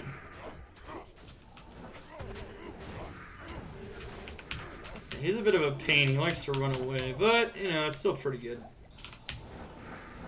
Mad Max, thank you so much for the follow. Welcome to the Cult of Xana Thursday. Alright, so we're gonna go kill Infector, and before we hit the last seal in Chaos... Yeah, it'd be nice if we had max block. That's why we want max block in here. Notice how much damage we're taking just in general. Players 8 is a rough environment, which is why you really want to make him as tanky and deal as much damage as possible. But before they hit the last seal, one thing I can do is I can pop this last seal and I can teleport throughout Chaos. Since I have Sorceress faster cast rate frames, I can get there within the 7-8 second window it takes to refresh the monsters, so they can still drop loot. So notice they all drop loot. It's basically a 0 magic find pop, so you're not going to be getting a ton of uniques and sets doing this normally. But you definitely have a solid chance to find high runes doing this, socket bases, all kinds of things you and your 99 team could use while you're doing Chaos Preparation. That is if you have the extra time. If you don't, and they just want to kill Diablo as fast as possible, once again, just pop the super uniques and chunk Diablo. Mercenary is usually going to die to Diablo anyway, but, you know, do what you can. One thing to note is that Diablo can be pretty hard to hit, attack rating wise sometimes. One thing you can do to kill him a bit faster is to actually, whatchamacallit, is to actually point Battle Cry. Right, Battle Cry. So Battle Cry reduces monsters' defense. That's definitely something you can do to make it easier to kill the super uniques as well. So when you actually want to do Chaos Preparation, I'd actually recommend putting 1 point into this as well, and maybe even additional points into battle orders as well. So we talked about the gear changes quite a bit. One thing we didn't really talk about too much, and the stat changes, but one thing we really didn't talk about was the skill changes. Battlecry is really solid though. Like, Battlecry is going to reduce their defense and reduce their damage against you. It can definitely make it a lot easier in Players 8 to do Chaos Preparation. Once again, not important for the standard version of the build. You can also give yourself more points into battle orders. But remember, in order to get those points, sometimes you have to sacrifice some points into damage, which affect your kill speed. So, use your points as you want. I still have, of course, a lot of, this is still using kind of like what I would do for the standard Zerk Barb, but I'm just kind of explaining what you might want to do for this variant of the build. And you can also take points at a find item as well. I mean, you don't necessarily, since you're not magic find focused, you can even maybe hover around 50% when you're doing Chaos Prep. It's important. So you can definitely focus more on the survivability, kill stats, in general. So, really good stuff. Battlecry is really good, and you can use it against Diablo as well, in addition to the super uniques like Grand Vizier. But yeah, that's pretty much all I would really change for this version skill-wise. And with that, that's pretty much it. That's what you do. You might have to revive your mercenary here and there. It's pretty rough. You could even make your mercenary tankier with Fortitude if you want to have him survive Players 8 a little bit easier. But once again, Fortitude has Chilling Armor. So with Fortitude having Chilling Armor, It is arguable that you still don't want to freeze the corpses and make it impossible to hork them, but that is kind of up to you. I don't like having cold damage on any version of this build, but for things like Desace, it can definitely be very useful. Now, of course, remember to use Howl as often and as much as is needed in there to make sure that the monsters don't surround and kill you. And of course, if you actually have maximum block, you'll be able to protect yourself from damage a lot easier. Is there gear you're hoping to see off of the elites? You can find every item in the game from elites, and they have the best loot tables besides Bale for every item. But Bale is super hard to get to, even for most builds, which makes this build insanely efficient, Big Red. Good question. But yeah, you can get any kind of gear. I mean, you can get the rarest runes. If I got Tyrell's Might, I'd be happy personally. It's the rarest item in the game. That'd be insane. Haven't found that item yet myself, so it's pretty rough. Alright. So that's pretty much it for Chaos Preparation.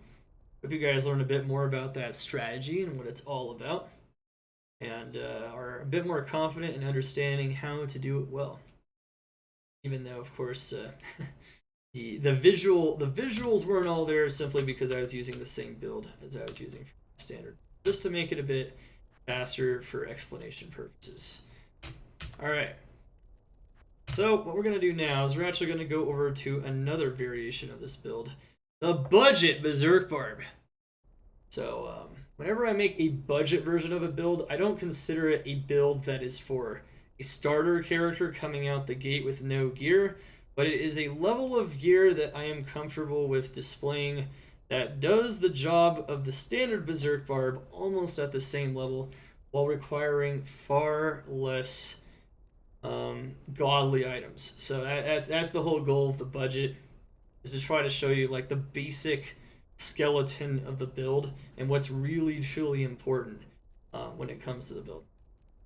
Your budget, hit harder. Ow, look at the peanut gallery over here. Jesus, grandma can kill Diablo faster. In Players 8, your grandma can kill Diablo faster in Players 8. That's cute. That's cute. Yeah, good luck. Good luck with that.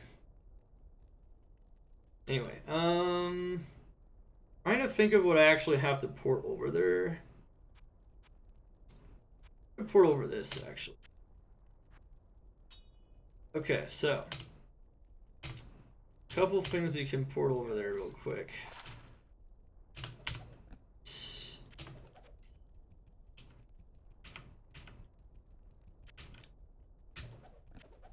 Yeah, since I'm using High Lords for the Deadly Strike, one thing I didn't mention about this version, the Chaos Preparation, is that we have our Deadly Strike and attack speed up here, so we can put our FCR down here. And because we have 20 FCR with the rack, and we have an extra skill, we even have Slow's Target, we can afford to have Hodo on swap, so it really helps out a lot. There's a lot of really cool elements to increasing the survivability in Berserk. And overall, as you can see, it was very effective. It's very fast overall, and it would be even more smooth and fast if you had stats, have your max block, and even like battle cry and things like that will definitely improve your with that.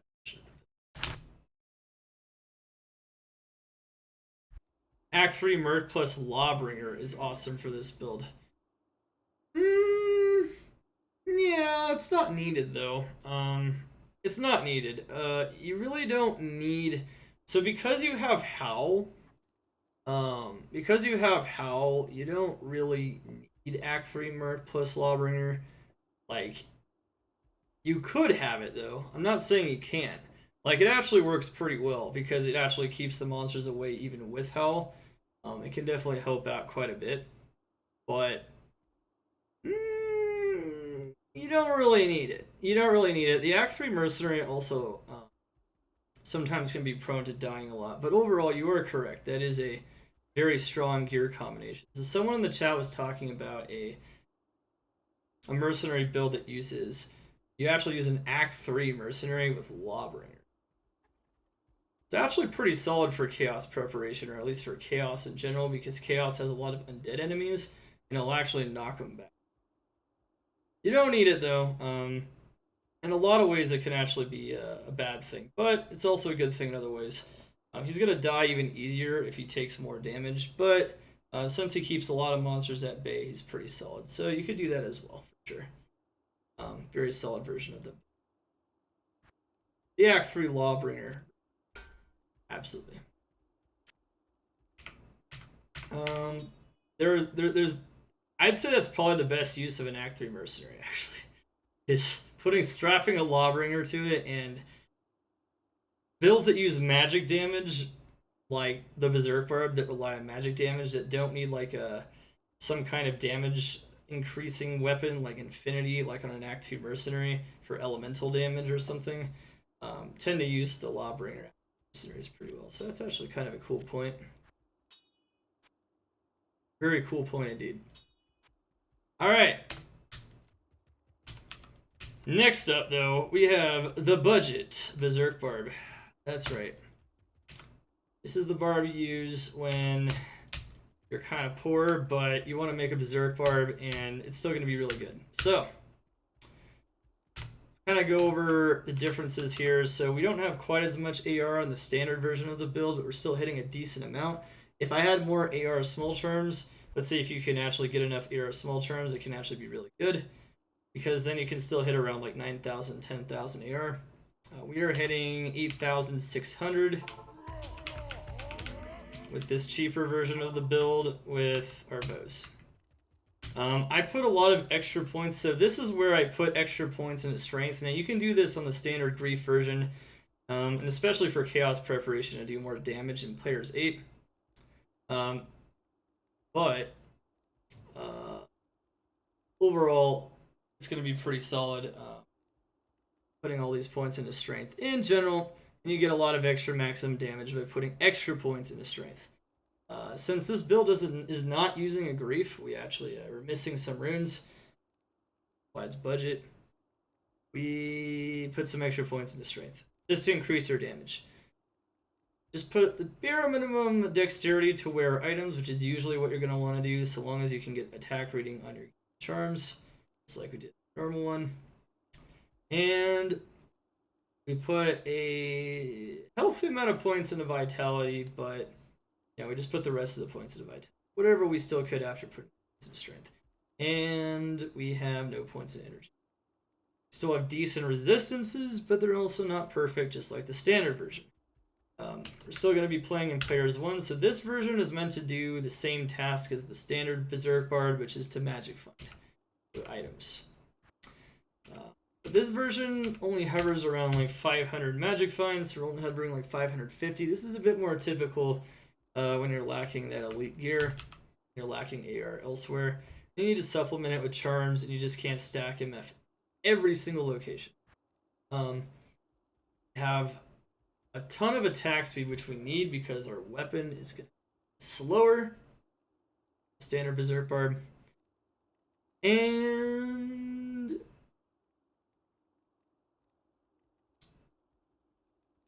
right.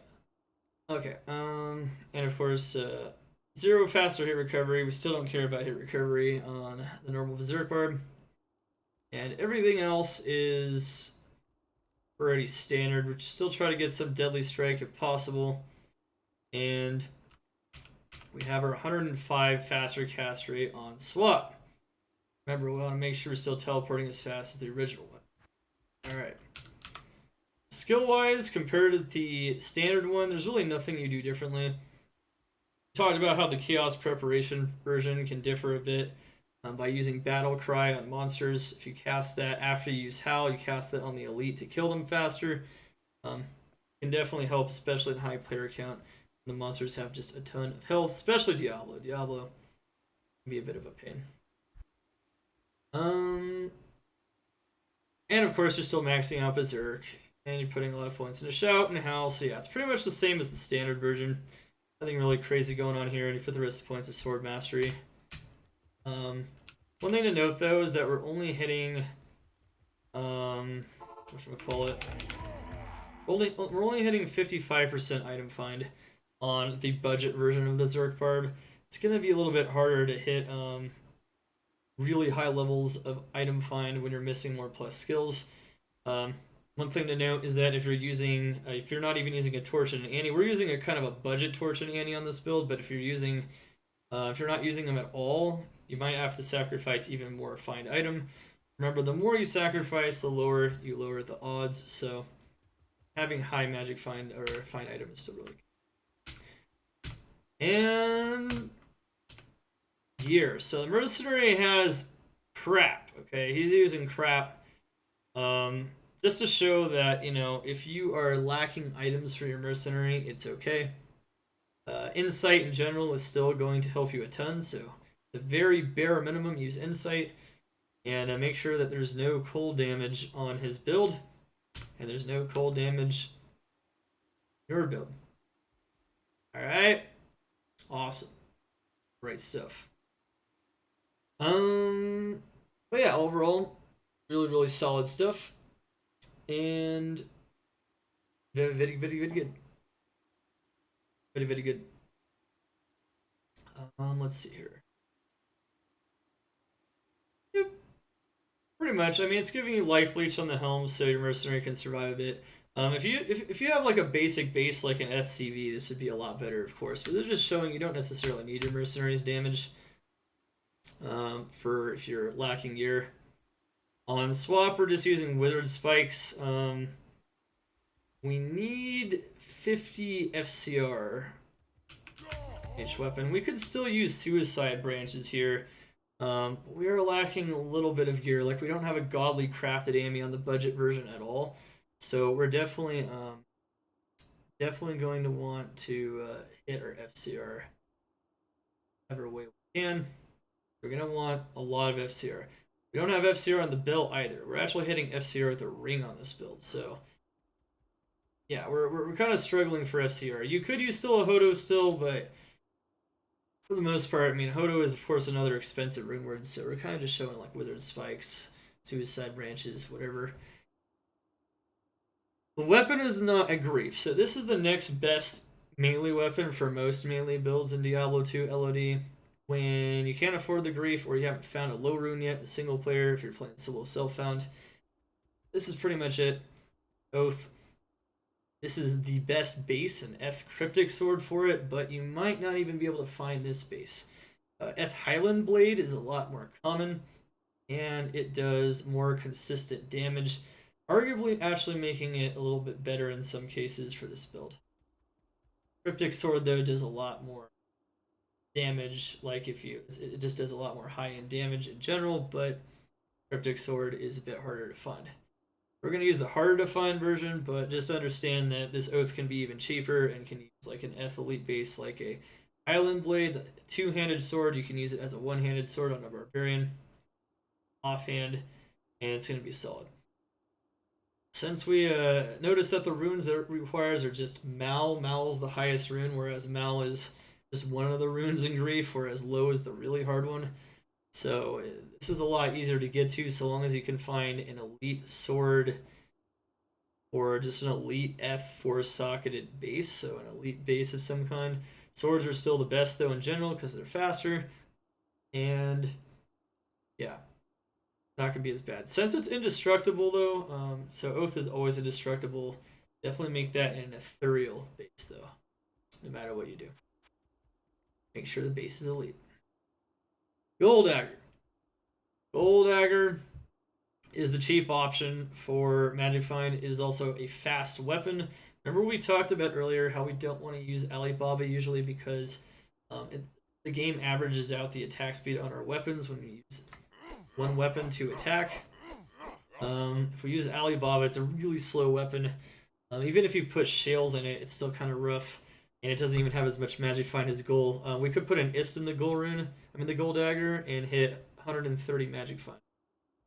130 is not as much as 180, but if you only have one Ist and you don't have 6 Ist runes, which is a lot harder to get to, this is definitely the cheaper way to approach the offhand, the Magic Find offhand for Berserk Barb. Enigma Death Shroud.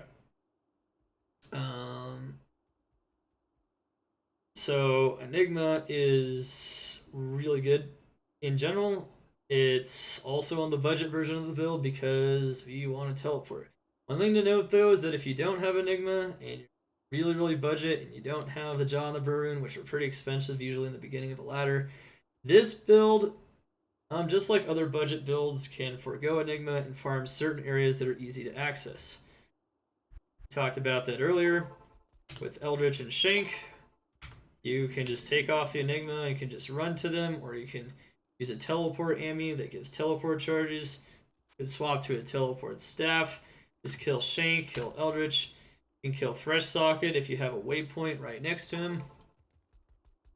And of course, you can also kill Pendleskin. Yeah. This character doesn't have his Pendleskin waypoint. This is a different barbarian, but yeah. In general, the budget version of the build can do everything that the other barbarian can do as well. And you don't even need Enigma to do those 4 areas. But Enigma, if you get Enigma and you don't have anything else, you can still, this build still performs almost at the same caliber as the other build, albeit with less MF and less damage somewhat. Not a lot less damage, but it's pretty good. Mortal King's Helm, definitely a cheaper alternative to Shaco, especially if you chuck in some perfect topazes, and it even gives you more magic find. That said though, you lose out on life, damage reduction, mana, a lot of quality of life stats, and you only get the 2+ skills for the war cries. The good news though is that since item find is a war cry, you're at least boosting your item find chance with this helm as well. Mortal King's Helm is also really good just for maxing out MF when your DR or when your survivability stats don't matter, such as when you're just killing one super unique like their socket. What's up, Trix? How you doing? No Jamali, I know. No Jamali. No Jamali. Yeah. So, anyway. Yeah, you can even put on Scolders. There's definitely other things you can do. So you can make it more budget than this, but I just want to show that with like a lot cheaper, jankier gear, this build operates at almost the same level. As long as you have Enigma, because you know, mobility is so amazing for this build. At least if you want to farm the pit and areas like that. I can't even believe no Cham Shaco on the budget build. How broke? Well, see, that's another problem is that you have no Cham rune. So we're going to talk about this. Let's say this is budget. This is so budget. You don't have a low rune. You don't have 6 Is. You don't have a Cham. You have a Jaw and a Burr, but that's about all you were able to scrape together. And you still want to start farming items on this insanely efficient Magic Find build. Definitely do it. Of course, you don't even need Enigma. Like I said, those 4 super uniques will usually suffice. So we're going to demo him, though, in some of those other areas, too, though. No low, but a Jaw and a Burr. Well, you know, if you think about it trade-wise, right? Let's say you find items, right? And you trade up to an Enigma.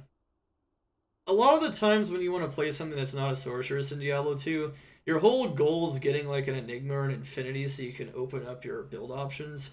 So once you get one or the other, it's like, okay, I can play the build, but now I'm still broke because I spent everything or put everything into getting an Enigma. And yeah, I still don't have all these other runes. There's just so much stuff that I could use. But I want to start upgrading my build by farming with them. It's a good build. Like I said, it's not a starter build yet, Siphon. Berserk Barb is not the best starter unless you're following like other characters killing stuff for you. The Berserk Barb isn't really you don't kill things with naked, right? It's not a build you kill things naked with, so in general you want at least a decent amount of gear before you start playing the Berserk Barb, period. It's not a build that you come out the gate, play Berserk Barb when you enter the Hellblood Moor after, you know, farming a Nightmare. You know, you don't do that. That's not this build. So yes, there's definitely going to be some gear requirements. Oath even can be a little bit of a problem, even though it's not nearly as much of a problem as Grief. And doing Pendle on IK set until a Griffins or something is a pretty good plan.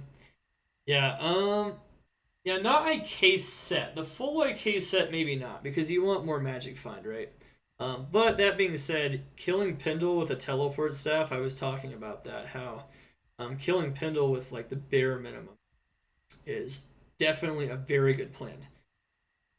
Very, very good plan. So you don't even need Enigma for that, and that's what I was mentioning earlier. So you don't even need Enigma. Enigma's here as part of this budget build just to show you guys that even without all that Acham Shako and Grief and all this other stuff, you can actually do very well with the build so long as you have mobility.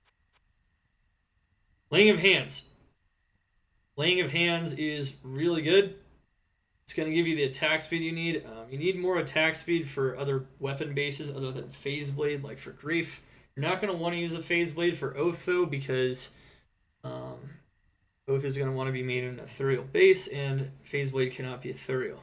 So, these are slower bases. Highland Blade, I think, might be even slower. So, having some extra attack speed, maybe having some extra damage is a good idea. If the base is faster, you can replace it with Chansey still, blah, blah, blah. You know what you can do.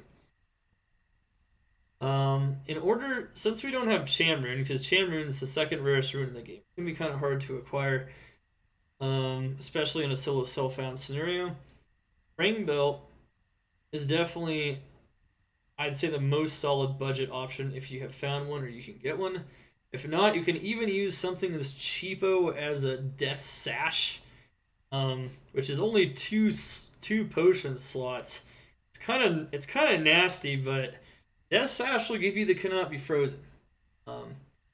Remember, we cannot use Ravenfrost. We cannot have cold damage on the build. So Ravenfrost would be the cheaper option in almost every other case to get this cannot be frozen stat. However, cannot have cold damage. It will destroy our efficiency.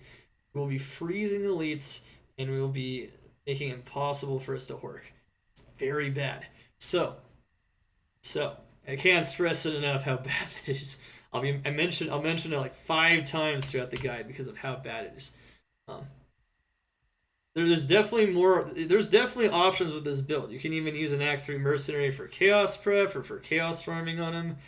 You can definitely use like K-Helm on Pendle. You can even stack Scolders. You don't have to use Enigma. But one thing you never want to do ever on a Berserk Barbarian is have cold damage. If you can avoid it. Unless you're just doing Chaos Prep and you don't care if you freeze the monsters sometimes. That's okay. If you're not going for as many random uniques either, and your magic find is not the main goal, it might be okay. But I'll be honest, like, you should still avoid it because, like, popping those elites for additional items is so huge. It's so huge. So huge. All right. Nasal Ring is pretty cheap. We're still using a perfect one, but it doesn't have to be perfect, of course. We do need our FCR somewhere, though, so we're using High Lords. High Lords is definitely a cheaper option, but in some ways it actually helps our damage a lot, especially when our weapon isn't as good as Grief. I'd say High Lords is just pretty solid in general. And when we don't have FCR, because we don't have FCR on our belt, or we still need to hit 105 faster cast rate. I mean, it's a big difference. You throw this off here, you're teleporting a lot slower. So you definitely want to make sure to teleport faster. Attack rating is much more of a struggle for the budget version of this build, especially when you don't have like Grief and everything. Even Chance Guards give some extra attack rating. Like there's a lot of attack rating, or like let's say you're lacking attack rating on charms because you don't have like godly charms like I had on the other build. It definitely is going to help to have like FCR and attack rating on the ring. And then Magic Find would be really good, of course, but any other stats that can make your job a bit easier, like mana, could also be very nice in Res. Okay. War Travs. War Travs are still best in slot for the Magic Finding. These aren't as high as the other War Travs, though, just to show you guys that, if you can't afford the big ones, get them.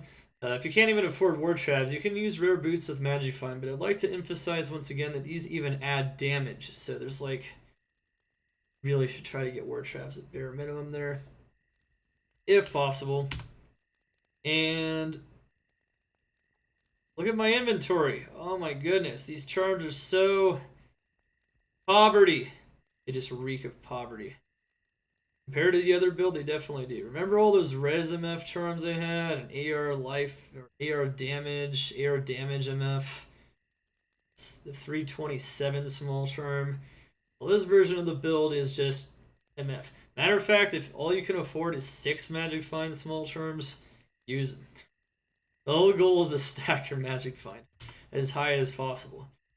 Since we're kind of struggling in the AR department more than the standard version of the build, even making sure we just have some AR charms. You can just have plain AR charms, like plain AR small charms, plain AR grand charms, not even lifers. You can just have them as cheap as possible. Just slap them on, get some Magic Find, get some AR. That's really what's important here. Okay. Then Geeds, still want a Geeds if possible. And you still want an Annie and a Torch as possible because you really want to get that item find up as high as possible. You really want those plus skills. That being said, though, if you can't afford these, that's fine. Just like with the Enigma, you just have to farm those super uniques next to the waypoints. 5. You don't have Enigma. Well, if you don't have these, it's okay. You're just going to have to hit a lower breakpoint on the item find. And then you're going to have to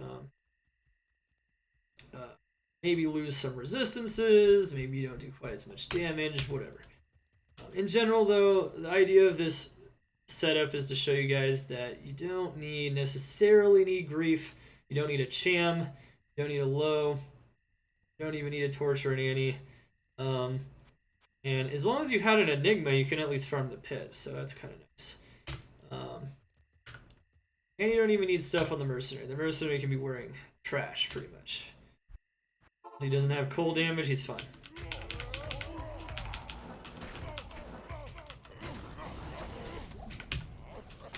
Alright, so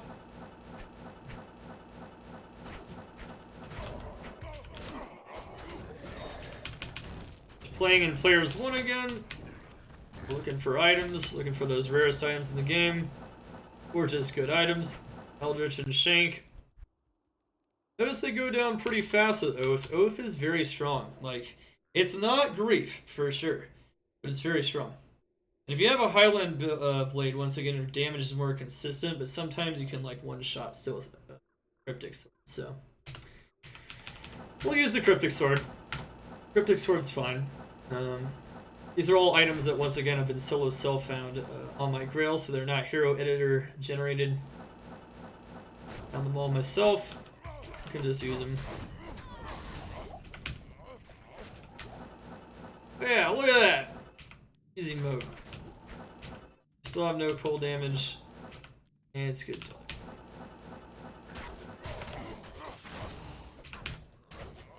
So, we have like 500-ish Magic Find, which is fine.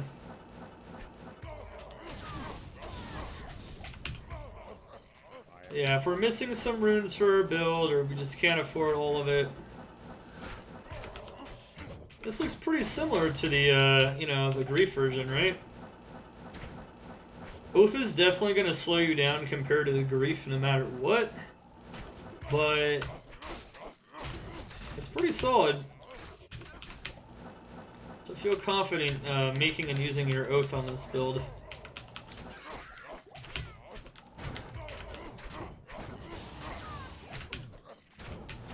It's gonna be solid. It's gonna be solid.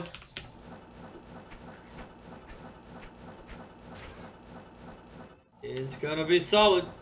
Very solid.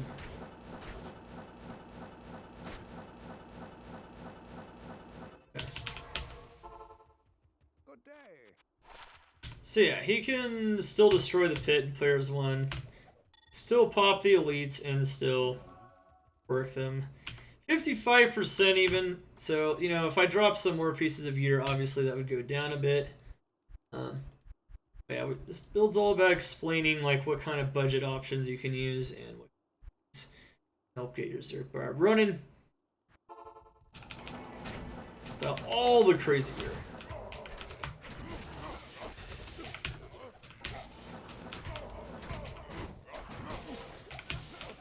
Even in World Stone Keep, we can hold our own. Is this the best Barb for Magic Find in the reset of Resurrection? The Berserk Barb is the best Barb Magic Finder, period, in Diablo 2. So yes.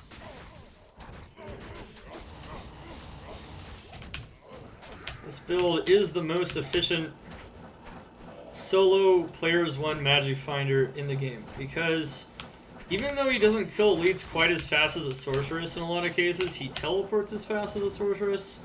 You can stack more MF than a sorceress in a lot of cases, and he can use item find for a very solid chance and an additional item of the same quality as the original drop. That's one thing I forgot to mention is, when you use item find on a monster, it applies your magic find on whatever swap you're using the magic find on. So let's say I have 472 with this swap. You know, we want to use it on. If I had an ist in here, which I should, but let's say I actually had an ist in here, I'd have 502.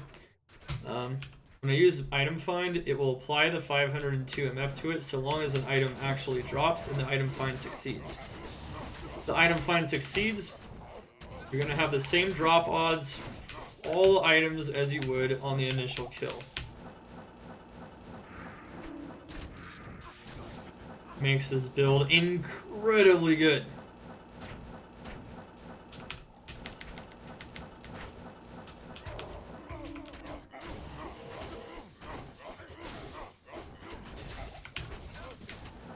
Yeah. Obviously the mercenary is a... He doesn't even have a good elite polearm, which is kind of sad, but... He's not surviving very good, but he's okay, you know, he's doing okay. All you really need him to do is insight, and players one, he's not going to die all the time. See, most of the time he's just fine. But this build can do all the same areas as the standard Berserk Barbarian, just at a slightly lower efficiency. And like I said, if you don't have Enigma, just stick to Eldritch, Shank, Thresh Socket, and Ariat Plateau.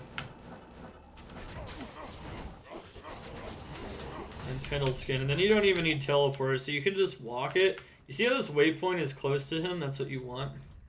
You can even like walk or like teleport twice by like swapping to a teleport staff or something.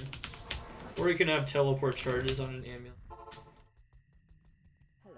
You don't necessarily need the max attack speed frame either, but it definitely helps. If you're really struggling though for mobility though, and you don't have Enigma, you can even use like a teleport charge. I mean, there's always good options like in the budget zone. All right, so I think we went over everything: skills, stats, and gear options for budget build and overall setup, and kind of what you're looking for in general. We're just building a bare bones Berserk Barb that is capable of efficiently executing its tasks. All right, next up and lastly, hardcore. We're gonna do hardcore and an actual hardcore barbarian. This is a level 93 barb, not as high of level as the other two. But in general, you're going for in hardcore is normally damage output isn't your greatest concern, especially if you're using it just like you normally do the standard version and you're still doing players 1. Of course, you can do chaos preparation in players 8, and that's when it's really important to just put all your points into vitality. But even in this case, it put the remainder of my points into vitality after I got the bare minimum strength required to wear all gear. Of course, you can still put extra points into strength if you want. You can always do that to increase your damage and kind of just smooth your one-shotting potential out a little. One thing to note here is we had a 75% block chance to block. This time we can actually show you guys 75% chance to block so you can see kind of what it looks like. We are very tanky on our main hand. We're vulnerable on our offhand where we don't have block, which is why it's important to stay teleporting and to use Howl. When we attack, when we're vulnerable and using Berserk and we have no defense, having block will save your life, especially against monsters we are not able to howl away, unless we literally want to waste all of our time howling even the monsters, even in the general area away as well.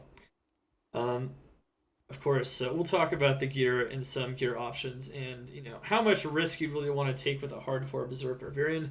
A lot of it also depends on the areas you're farming and just how much appetite for risk you have. That's general, you know, it's pretty general stuff. All right. Also, you might note that because we're going max block, we have to get more dex than we have to. So we had to put in 192 dex to get maximum block. That depends on your character level and everything else, but I had to put a lot of points into dex, and that means we have a lot of attack rating on this version of it. Yeah, we're not struggling at all. We're hitting almost 12,000 AR, which really means that we're hitting almost the maximum amount of times that we can. So that's pretty good. And we just put the rest of the points in vitality, and once again, 0 energy. So it's very similar to the other builds, except just like with the Chaos Prep build in Player's 8, you really want that maximum block. Might also notice we have maximum res. Maximum res, and we even have stacked cold and lightning res. Beyond 75 to guard against conviction. This build is even capable of farming World Sim, but one thing to note is that if you're just farming the pit, you can still be a little bit wishy-washy with your res, even in hardcore. It's just, be mindful where you're farming, be mindful of the elemental damage that is coming through in the areas you're farming with them. Like, let's say you're farming Chaos, having stacked fire res is a very good idea because you could jump into a pack and die even in Players 1, especially against Infector. You're not ready for it. So, you want a lot of stats. Want to make sure your survivability is prioritized in hardcore just overall. Magic Find. My Magic Find is actually higher on my offhand because I'm using Storm Shield, but if you use an Ist in your shield, it could actually be the same. I am not even quite hitting 500 on this version of the build, but you could definitely hit over 500. Heck, you could even hit almost 600 if your appetite for risk is higher, but we'll talk about that in a second. Main priority is that you're able to survive, though, while also doing the normal functions of a Berserk Bard. Faster cast rate is hitting 105. Always want to hit 105 on a Berserk Bard. And you're hitting the bare minimum of 42 increased attack speed with the Grief. I have 27% faster hit recovery as well. Since we're on hardcore, you can die very easily if you teleport into a bad pack, and if you have 0% FHR like on the standard versions of this build, you can get stuck and you can die. Having at least 27% can allow you to teleport out when you pop out of those situations, so save your life.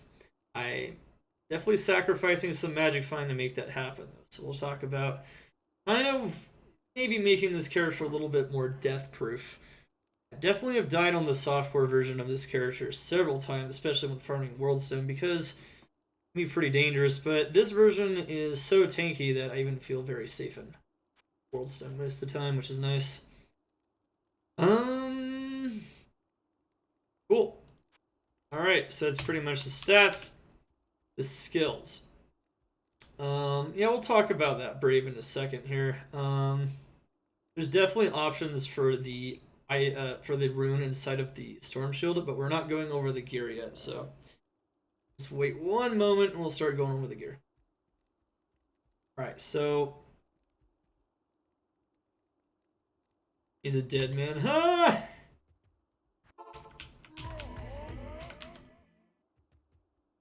What were you saying?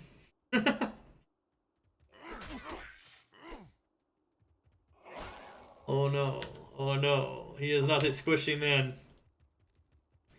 Got him! Yeah, so I didn't bow, but one thing to note is that I even have a lot more health on this build than the normal one as well. Honestly, I'd say I'm too tanky, but one thing to note is we don't have block when I'm teleporting still. We still don't have block in our offhand. So having health is not a bad idea. When you're on your main hand, you're almost too tanky. That's how ridiculously tanky this character is. But once again, we'll talk about some gear options when we go over them in a second. Thank you for the point in the chat, though. Good stuff, good stuff. Check out the health. There you go. All right. All right, so prioritizing res, you might want to put more points in a natural res to prioritize res. is definitely something you can do. On hardcore, for the most part though, the rest of the combat masteries are the same, including maxing sword mastery, maxing berserk, same thing, maxing howl, same thing. Alright, so this is where there's a bit of difference going on here. So I'm only hitting 54% on swap. You can hit 55 pretty comfortably, depending on what you're using. Could hit 56 is kind of hard on hardcore, but you could definitely do it. What I'm doing is I only put 13 points in an item find, which is why we're not hitting 55%. You can put more points into here, but you might have to sacrifice some survivability elsewhere. One thing we did was we maxed out battle orders. Now you don't have to max it out, but if you put more points into battle orders while you're teleporting, and you want to bait me into bowing, well, it worked. It worked. In hardcore, while you're teleporting, this can save your life, of course. Having extra HP. We talked about how you could always level this up even on the standard version of the build a bit more if you want, sacrifice a bit of damage, but normally you don't want to because normally you have enough health with just 1 point into it. On hardcore though, while you're teleporting, especially if you want to teleport in dangerous areas, or even if you want to brave the pit with crazy archers just before casting hell, you could die without maybe more health, so maybe you want to put more into I like having at least like 5 to 10 extra points or 5 to 9 extra points, or 19 extra points. Just maxing it out is definitely so. Definitely keep that as an option on this build, especially if you don't feel comfortable with taking as much damage as you do normally as you would on the softcore version of the build. All right, rest is the same though. And let's talk about gear. So Mercenary is the same. Do not use Holy Freeze or Defiance to make it safer. Might is helping out your damage too much, and Holy Freeze would even hurt by freezing the corpses. So there are some cases in hardcore where other mercenaries are safer. In this case, don't bother. Just use the Might offensive active mercenary like normal. And really prioritize the mercenary's survivability. He can still die in players 1 if he doesn't have life leech. Let's say you put like G-Face or Shaco on him.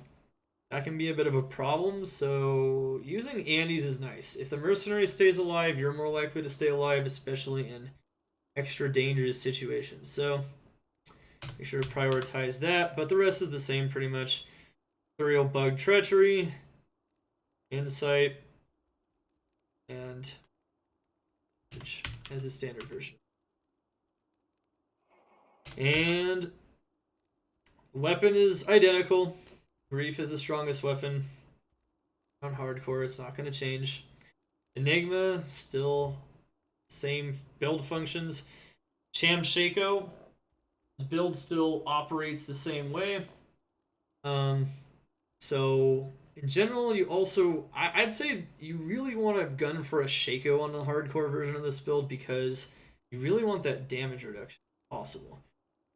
You could even use Crown of Ages if you're not using a Storm Shield. Let's say you actually want to play a bit riskier. You can even use a more tanky version, more tanky item.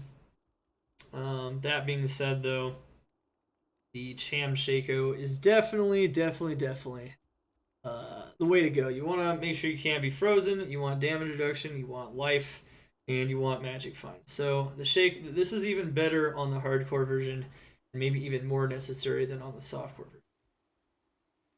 High Lords, in general, we just want to do lots of damage so we one-shot monsters. The best offense is a good defense. High Lords tends to be a bit more offensive, but definitely guts your magic find a bit. But it's just a very solid option, I'd say, overall in this build. Storm Shield. So Storm Shield, this is how we get our max block. I'd like to explain, though, there's a lot of different options here. So you can even put an Ist rune in here for additional magic find on main hand kill. You can put a Shield rune in here for faster block rate while you're using Berserk, which can help smooth out your Berserks a bit. You can put an Eld rune like I did so that you can get max block easier. So you can save more Vita points, and Vita points are worth a lot in a Barbarian because that's 4 life per Vitality point on a Barbarian.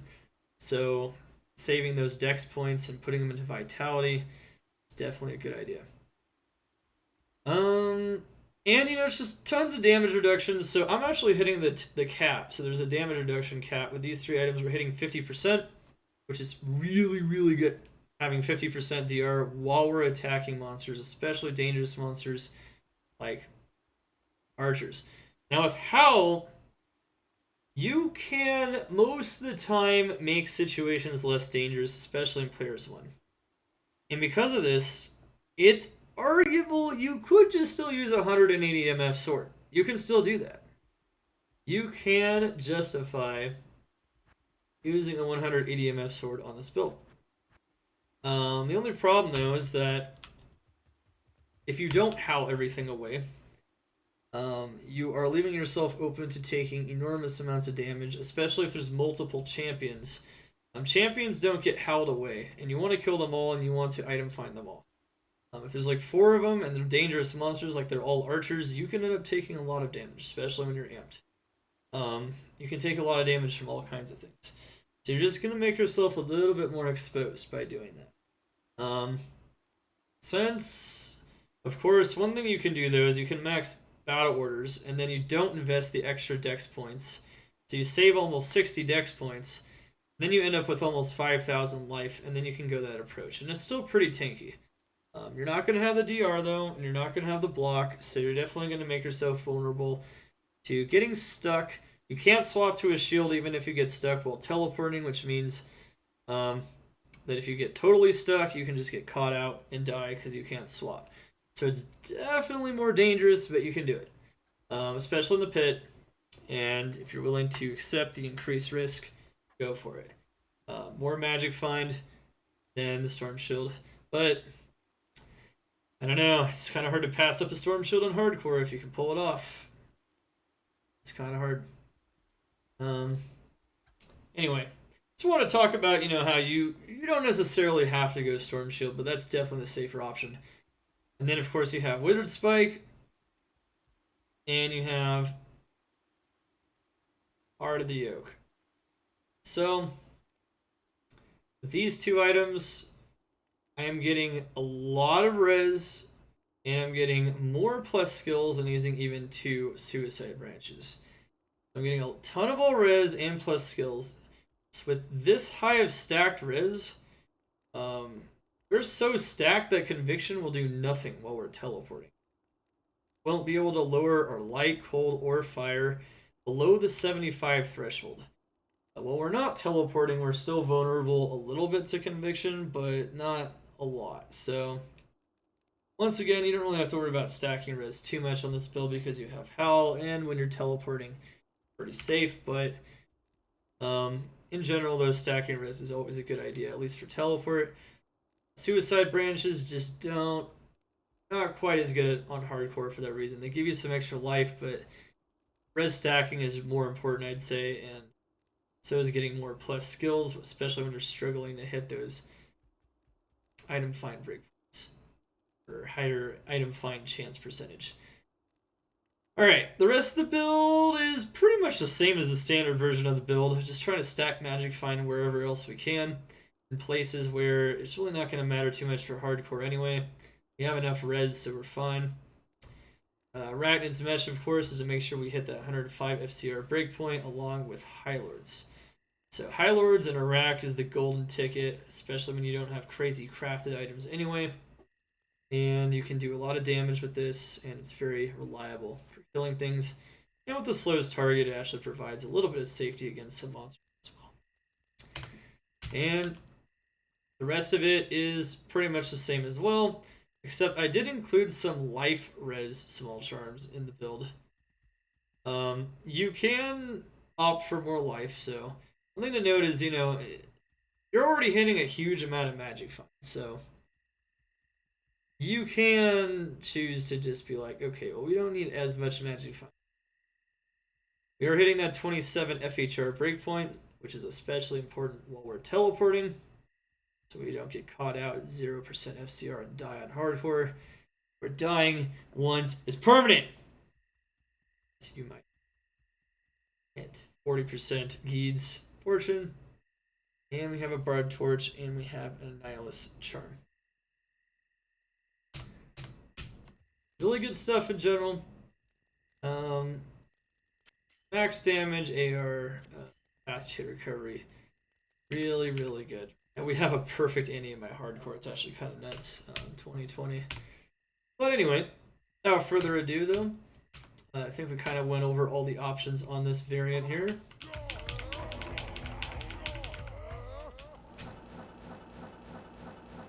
These comments.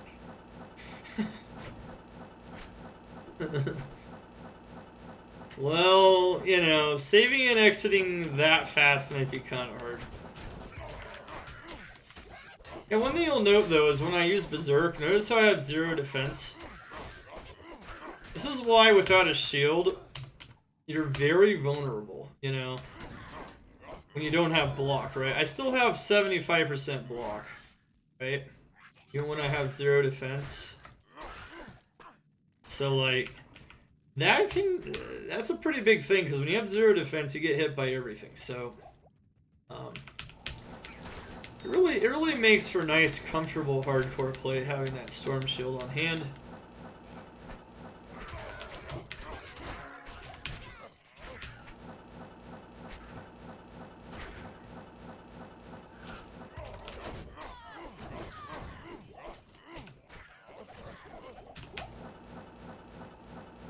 And it still plays just like the original version of the Berserk Barbarian. Remember, of course, you can still stack more Magic Find elsewhere, but, you know, without that 180 MF sword, and without more Magic Find or Charms, because we're focusing some faster hit recovery, you're definitely going to have to sacrifice at least some to make sure they're at least reasonably safe most of the time. Of course, this build's so tanky that players 1 are actually going to do a very good job even in Worldstone Keep.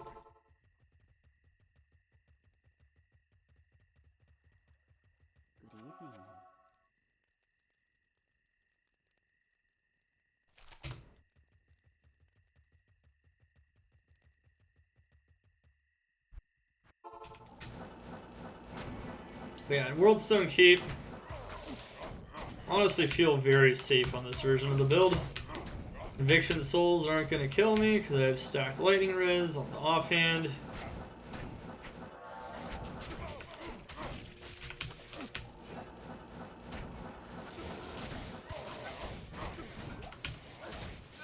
Wow. They're actually doing some damage to me. It's crazy. Well, you know, Worldstone's still always at least a little bit dangerous, right? Make sure you never drop below half in hardcore, guys. If your HP is dropping towards half, it's time to pot up. Alright. Sweet. Ooh, 27 Maras in hardcore? Hell yeah, Majin. That's sick, man.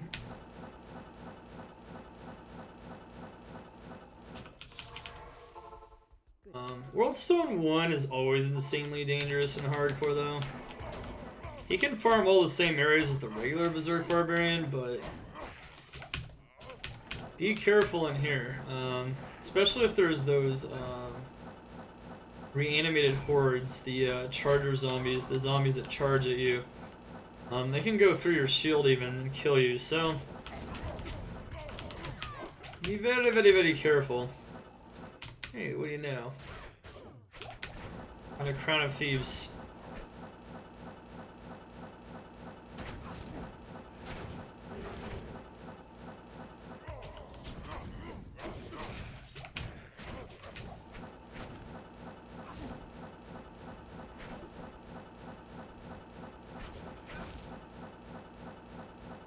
Don't be an idiot. I don't know. What if I want to be an idiot? Just stand there and pot. Try to teleport out. Slam it. There you go.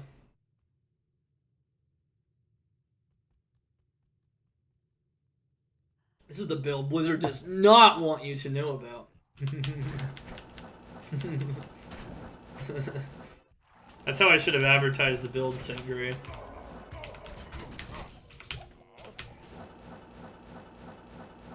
But yeah, it's very awesome. It's very mechanical.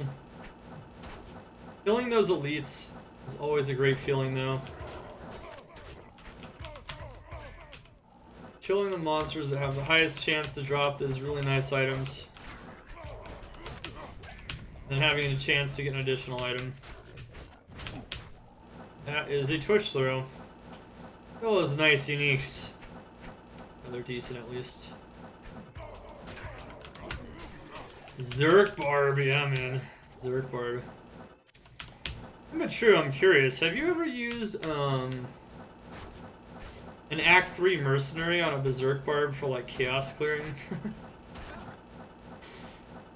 I know some people like to do that. It's not necessary for sure, but I think in some ways it might be worse, but not a terrible idea. Look at that Corona. Kappa. Definitely not. Yeah, no.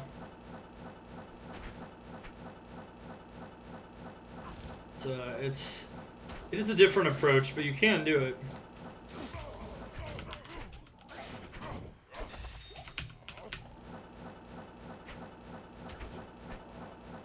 You can definitely do it.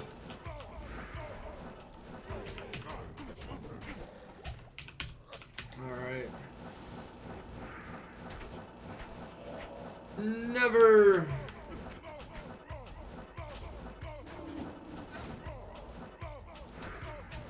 Looking for that elite. See the aura. One thing to note here is that you might have noticed that I swapped here. So these are magic immune. You cannot kill magic immunes with Berserk. This is something I didn't show before, but I showed against this enemy here. If you swap to your 1-point concentrate, you still do a ton of damage with Grief. With mostly physical damage, and then you can kill them. So you never have to fear magic immunes, even when they do spawn. And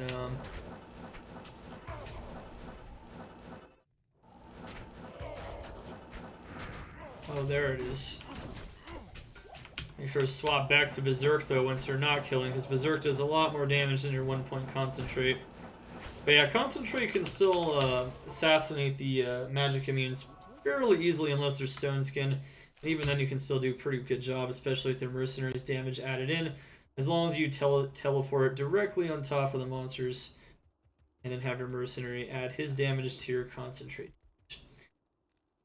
Yeah. It's pretty good stuff indeed.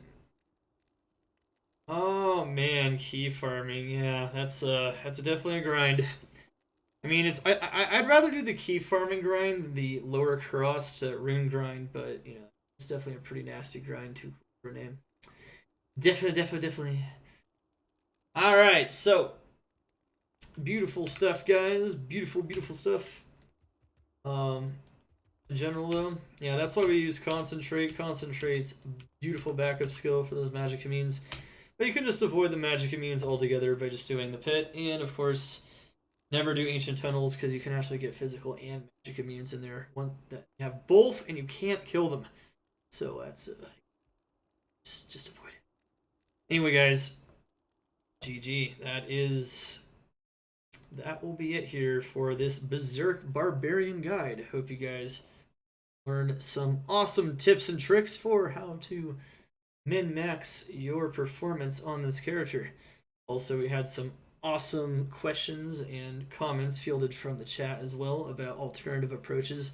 I always like to see that because it always helps make the guides more rich, in some cases more accurate, because there's maybe something I might not address and they address it for me. So I'll address it for you guys as well.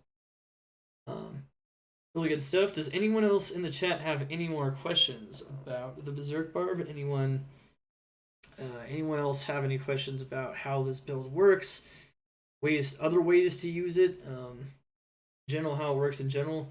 One thing I should emphasize, besides not using cold damage, is that this really truly is an elite hunting, elite sniping, elite assassination build in Players 1 or P8 if the build is designed for chaos preference. It is not designed for doing this, alright? So this is not... This should be obvious, maybe, from the gameplay that I have demoed here today, but... yeah, this is hardcore right here. Yeah, this is the hardcore build. This is actually the hardcore Berserk Barbarian. So, you don't just slash all the monsters. Like, obviously slashing the elites is good.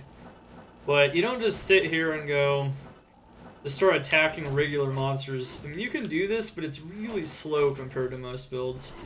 It is not good for just slashing, like, all the monsters. If I go like into like chaos, this becomes even more apparent how weak this is as an approach for this.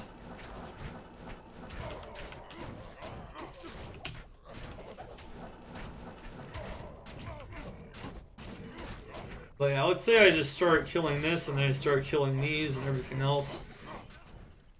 You can do this if you want, of course, but in Players 1, random monsters and minions don't have a very high chance to drop an item at all.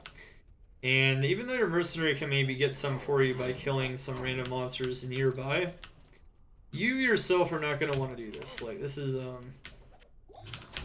poor use of the character's efficiency, so...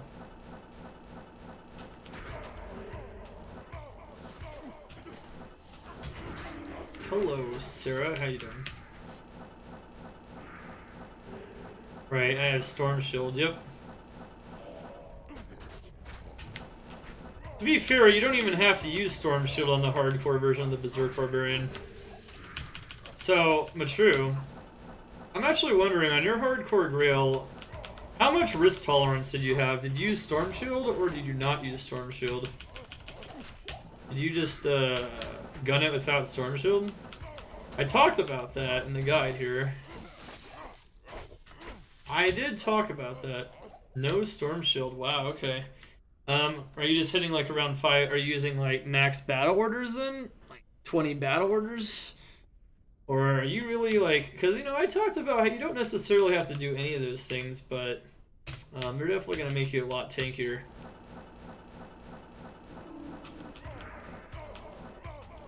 See, this is hardcore, but, you know... Wow, notice how much damage we still took there on our offhand. This is why the hit recovery is important too. Not having Storm Shield on there, getting hit on our item find swap is not good. But yeah, definitely minimize the damage there.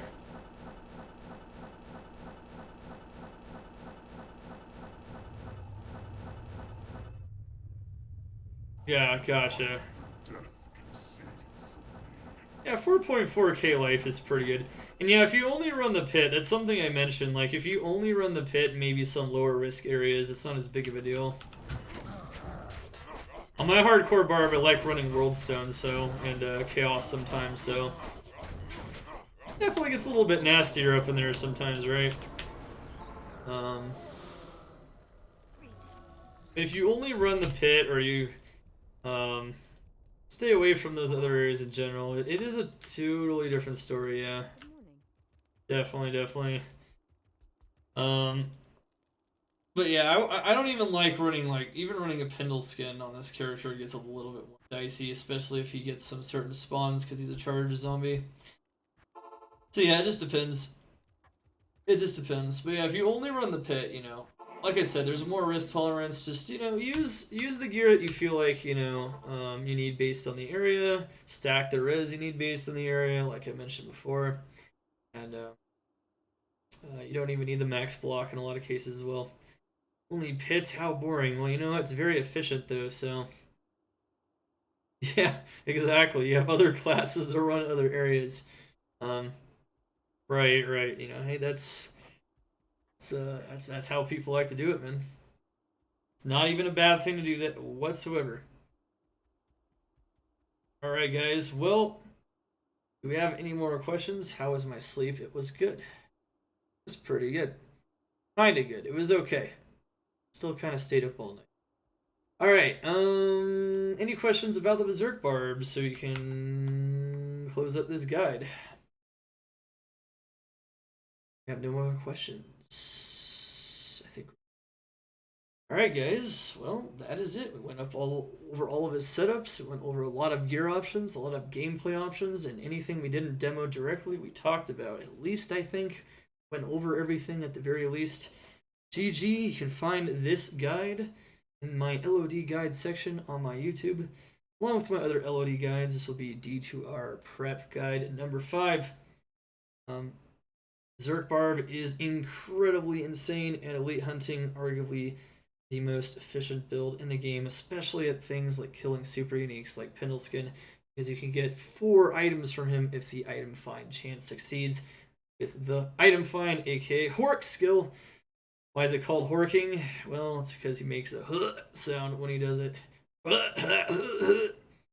So, yeah, make sure to, if someone calls it horking, now you know what it is.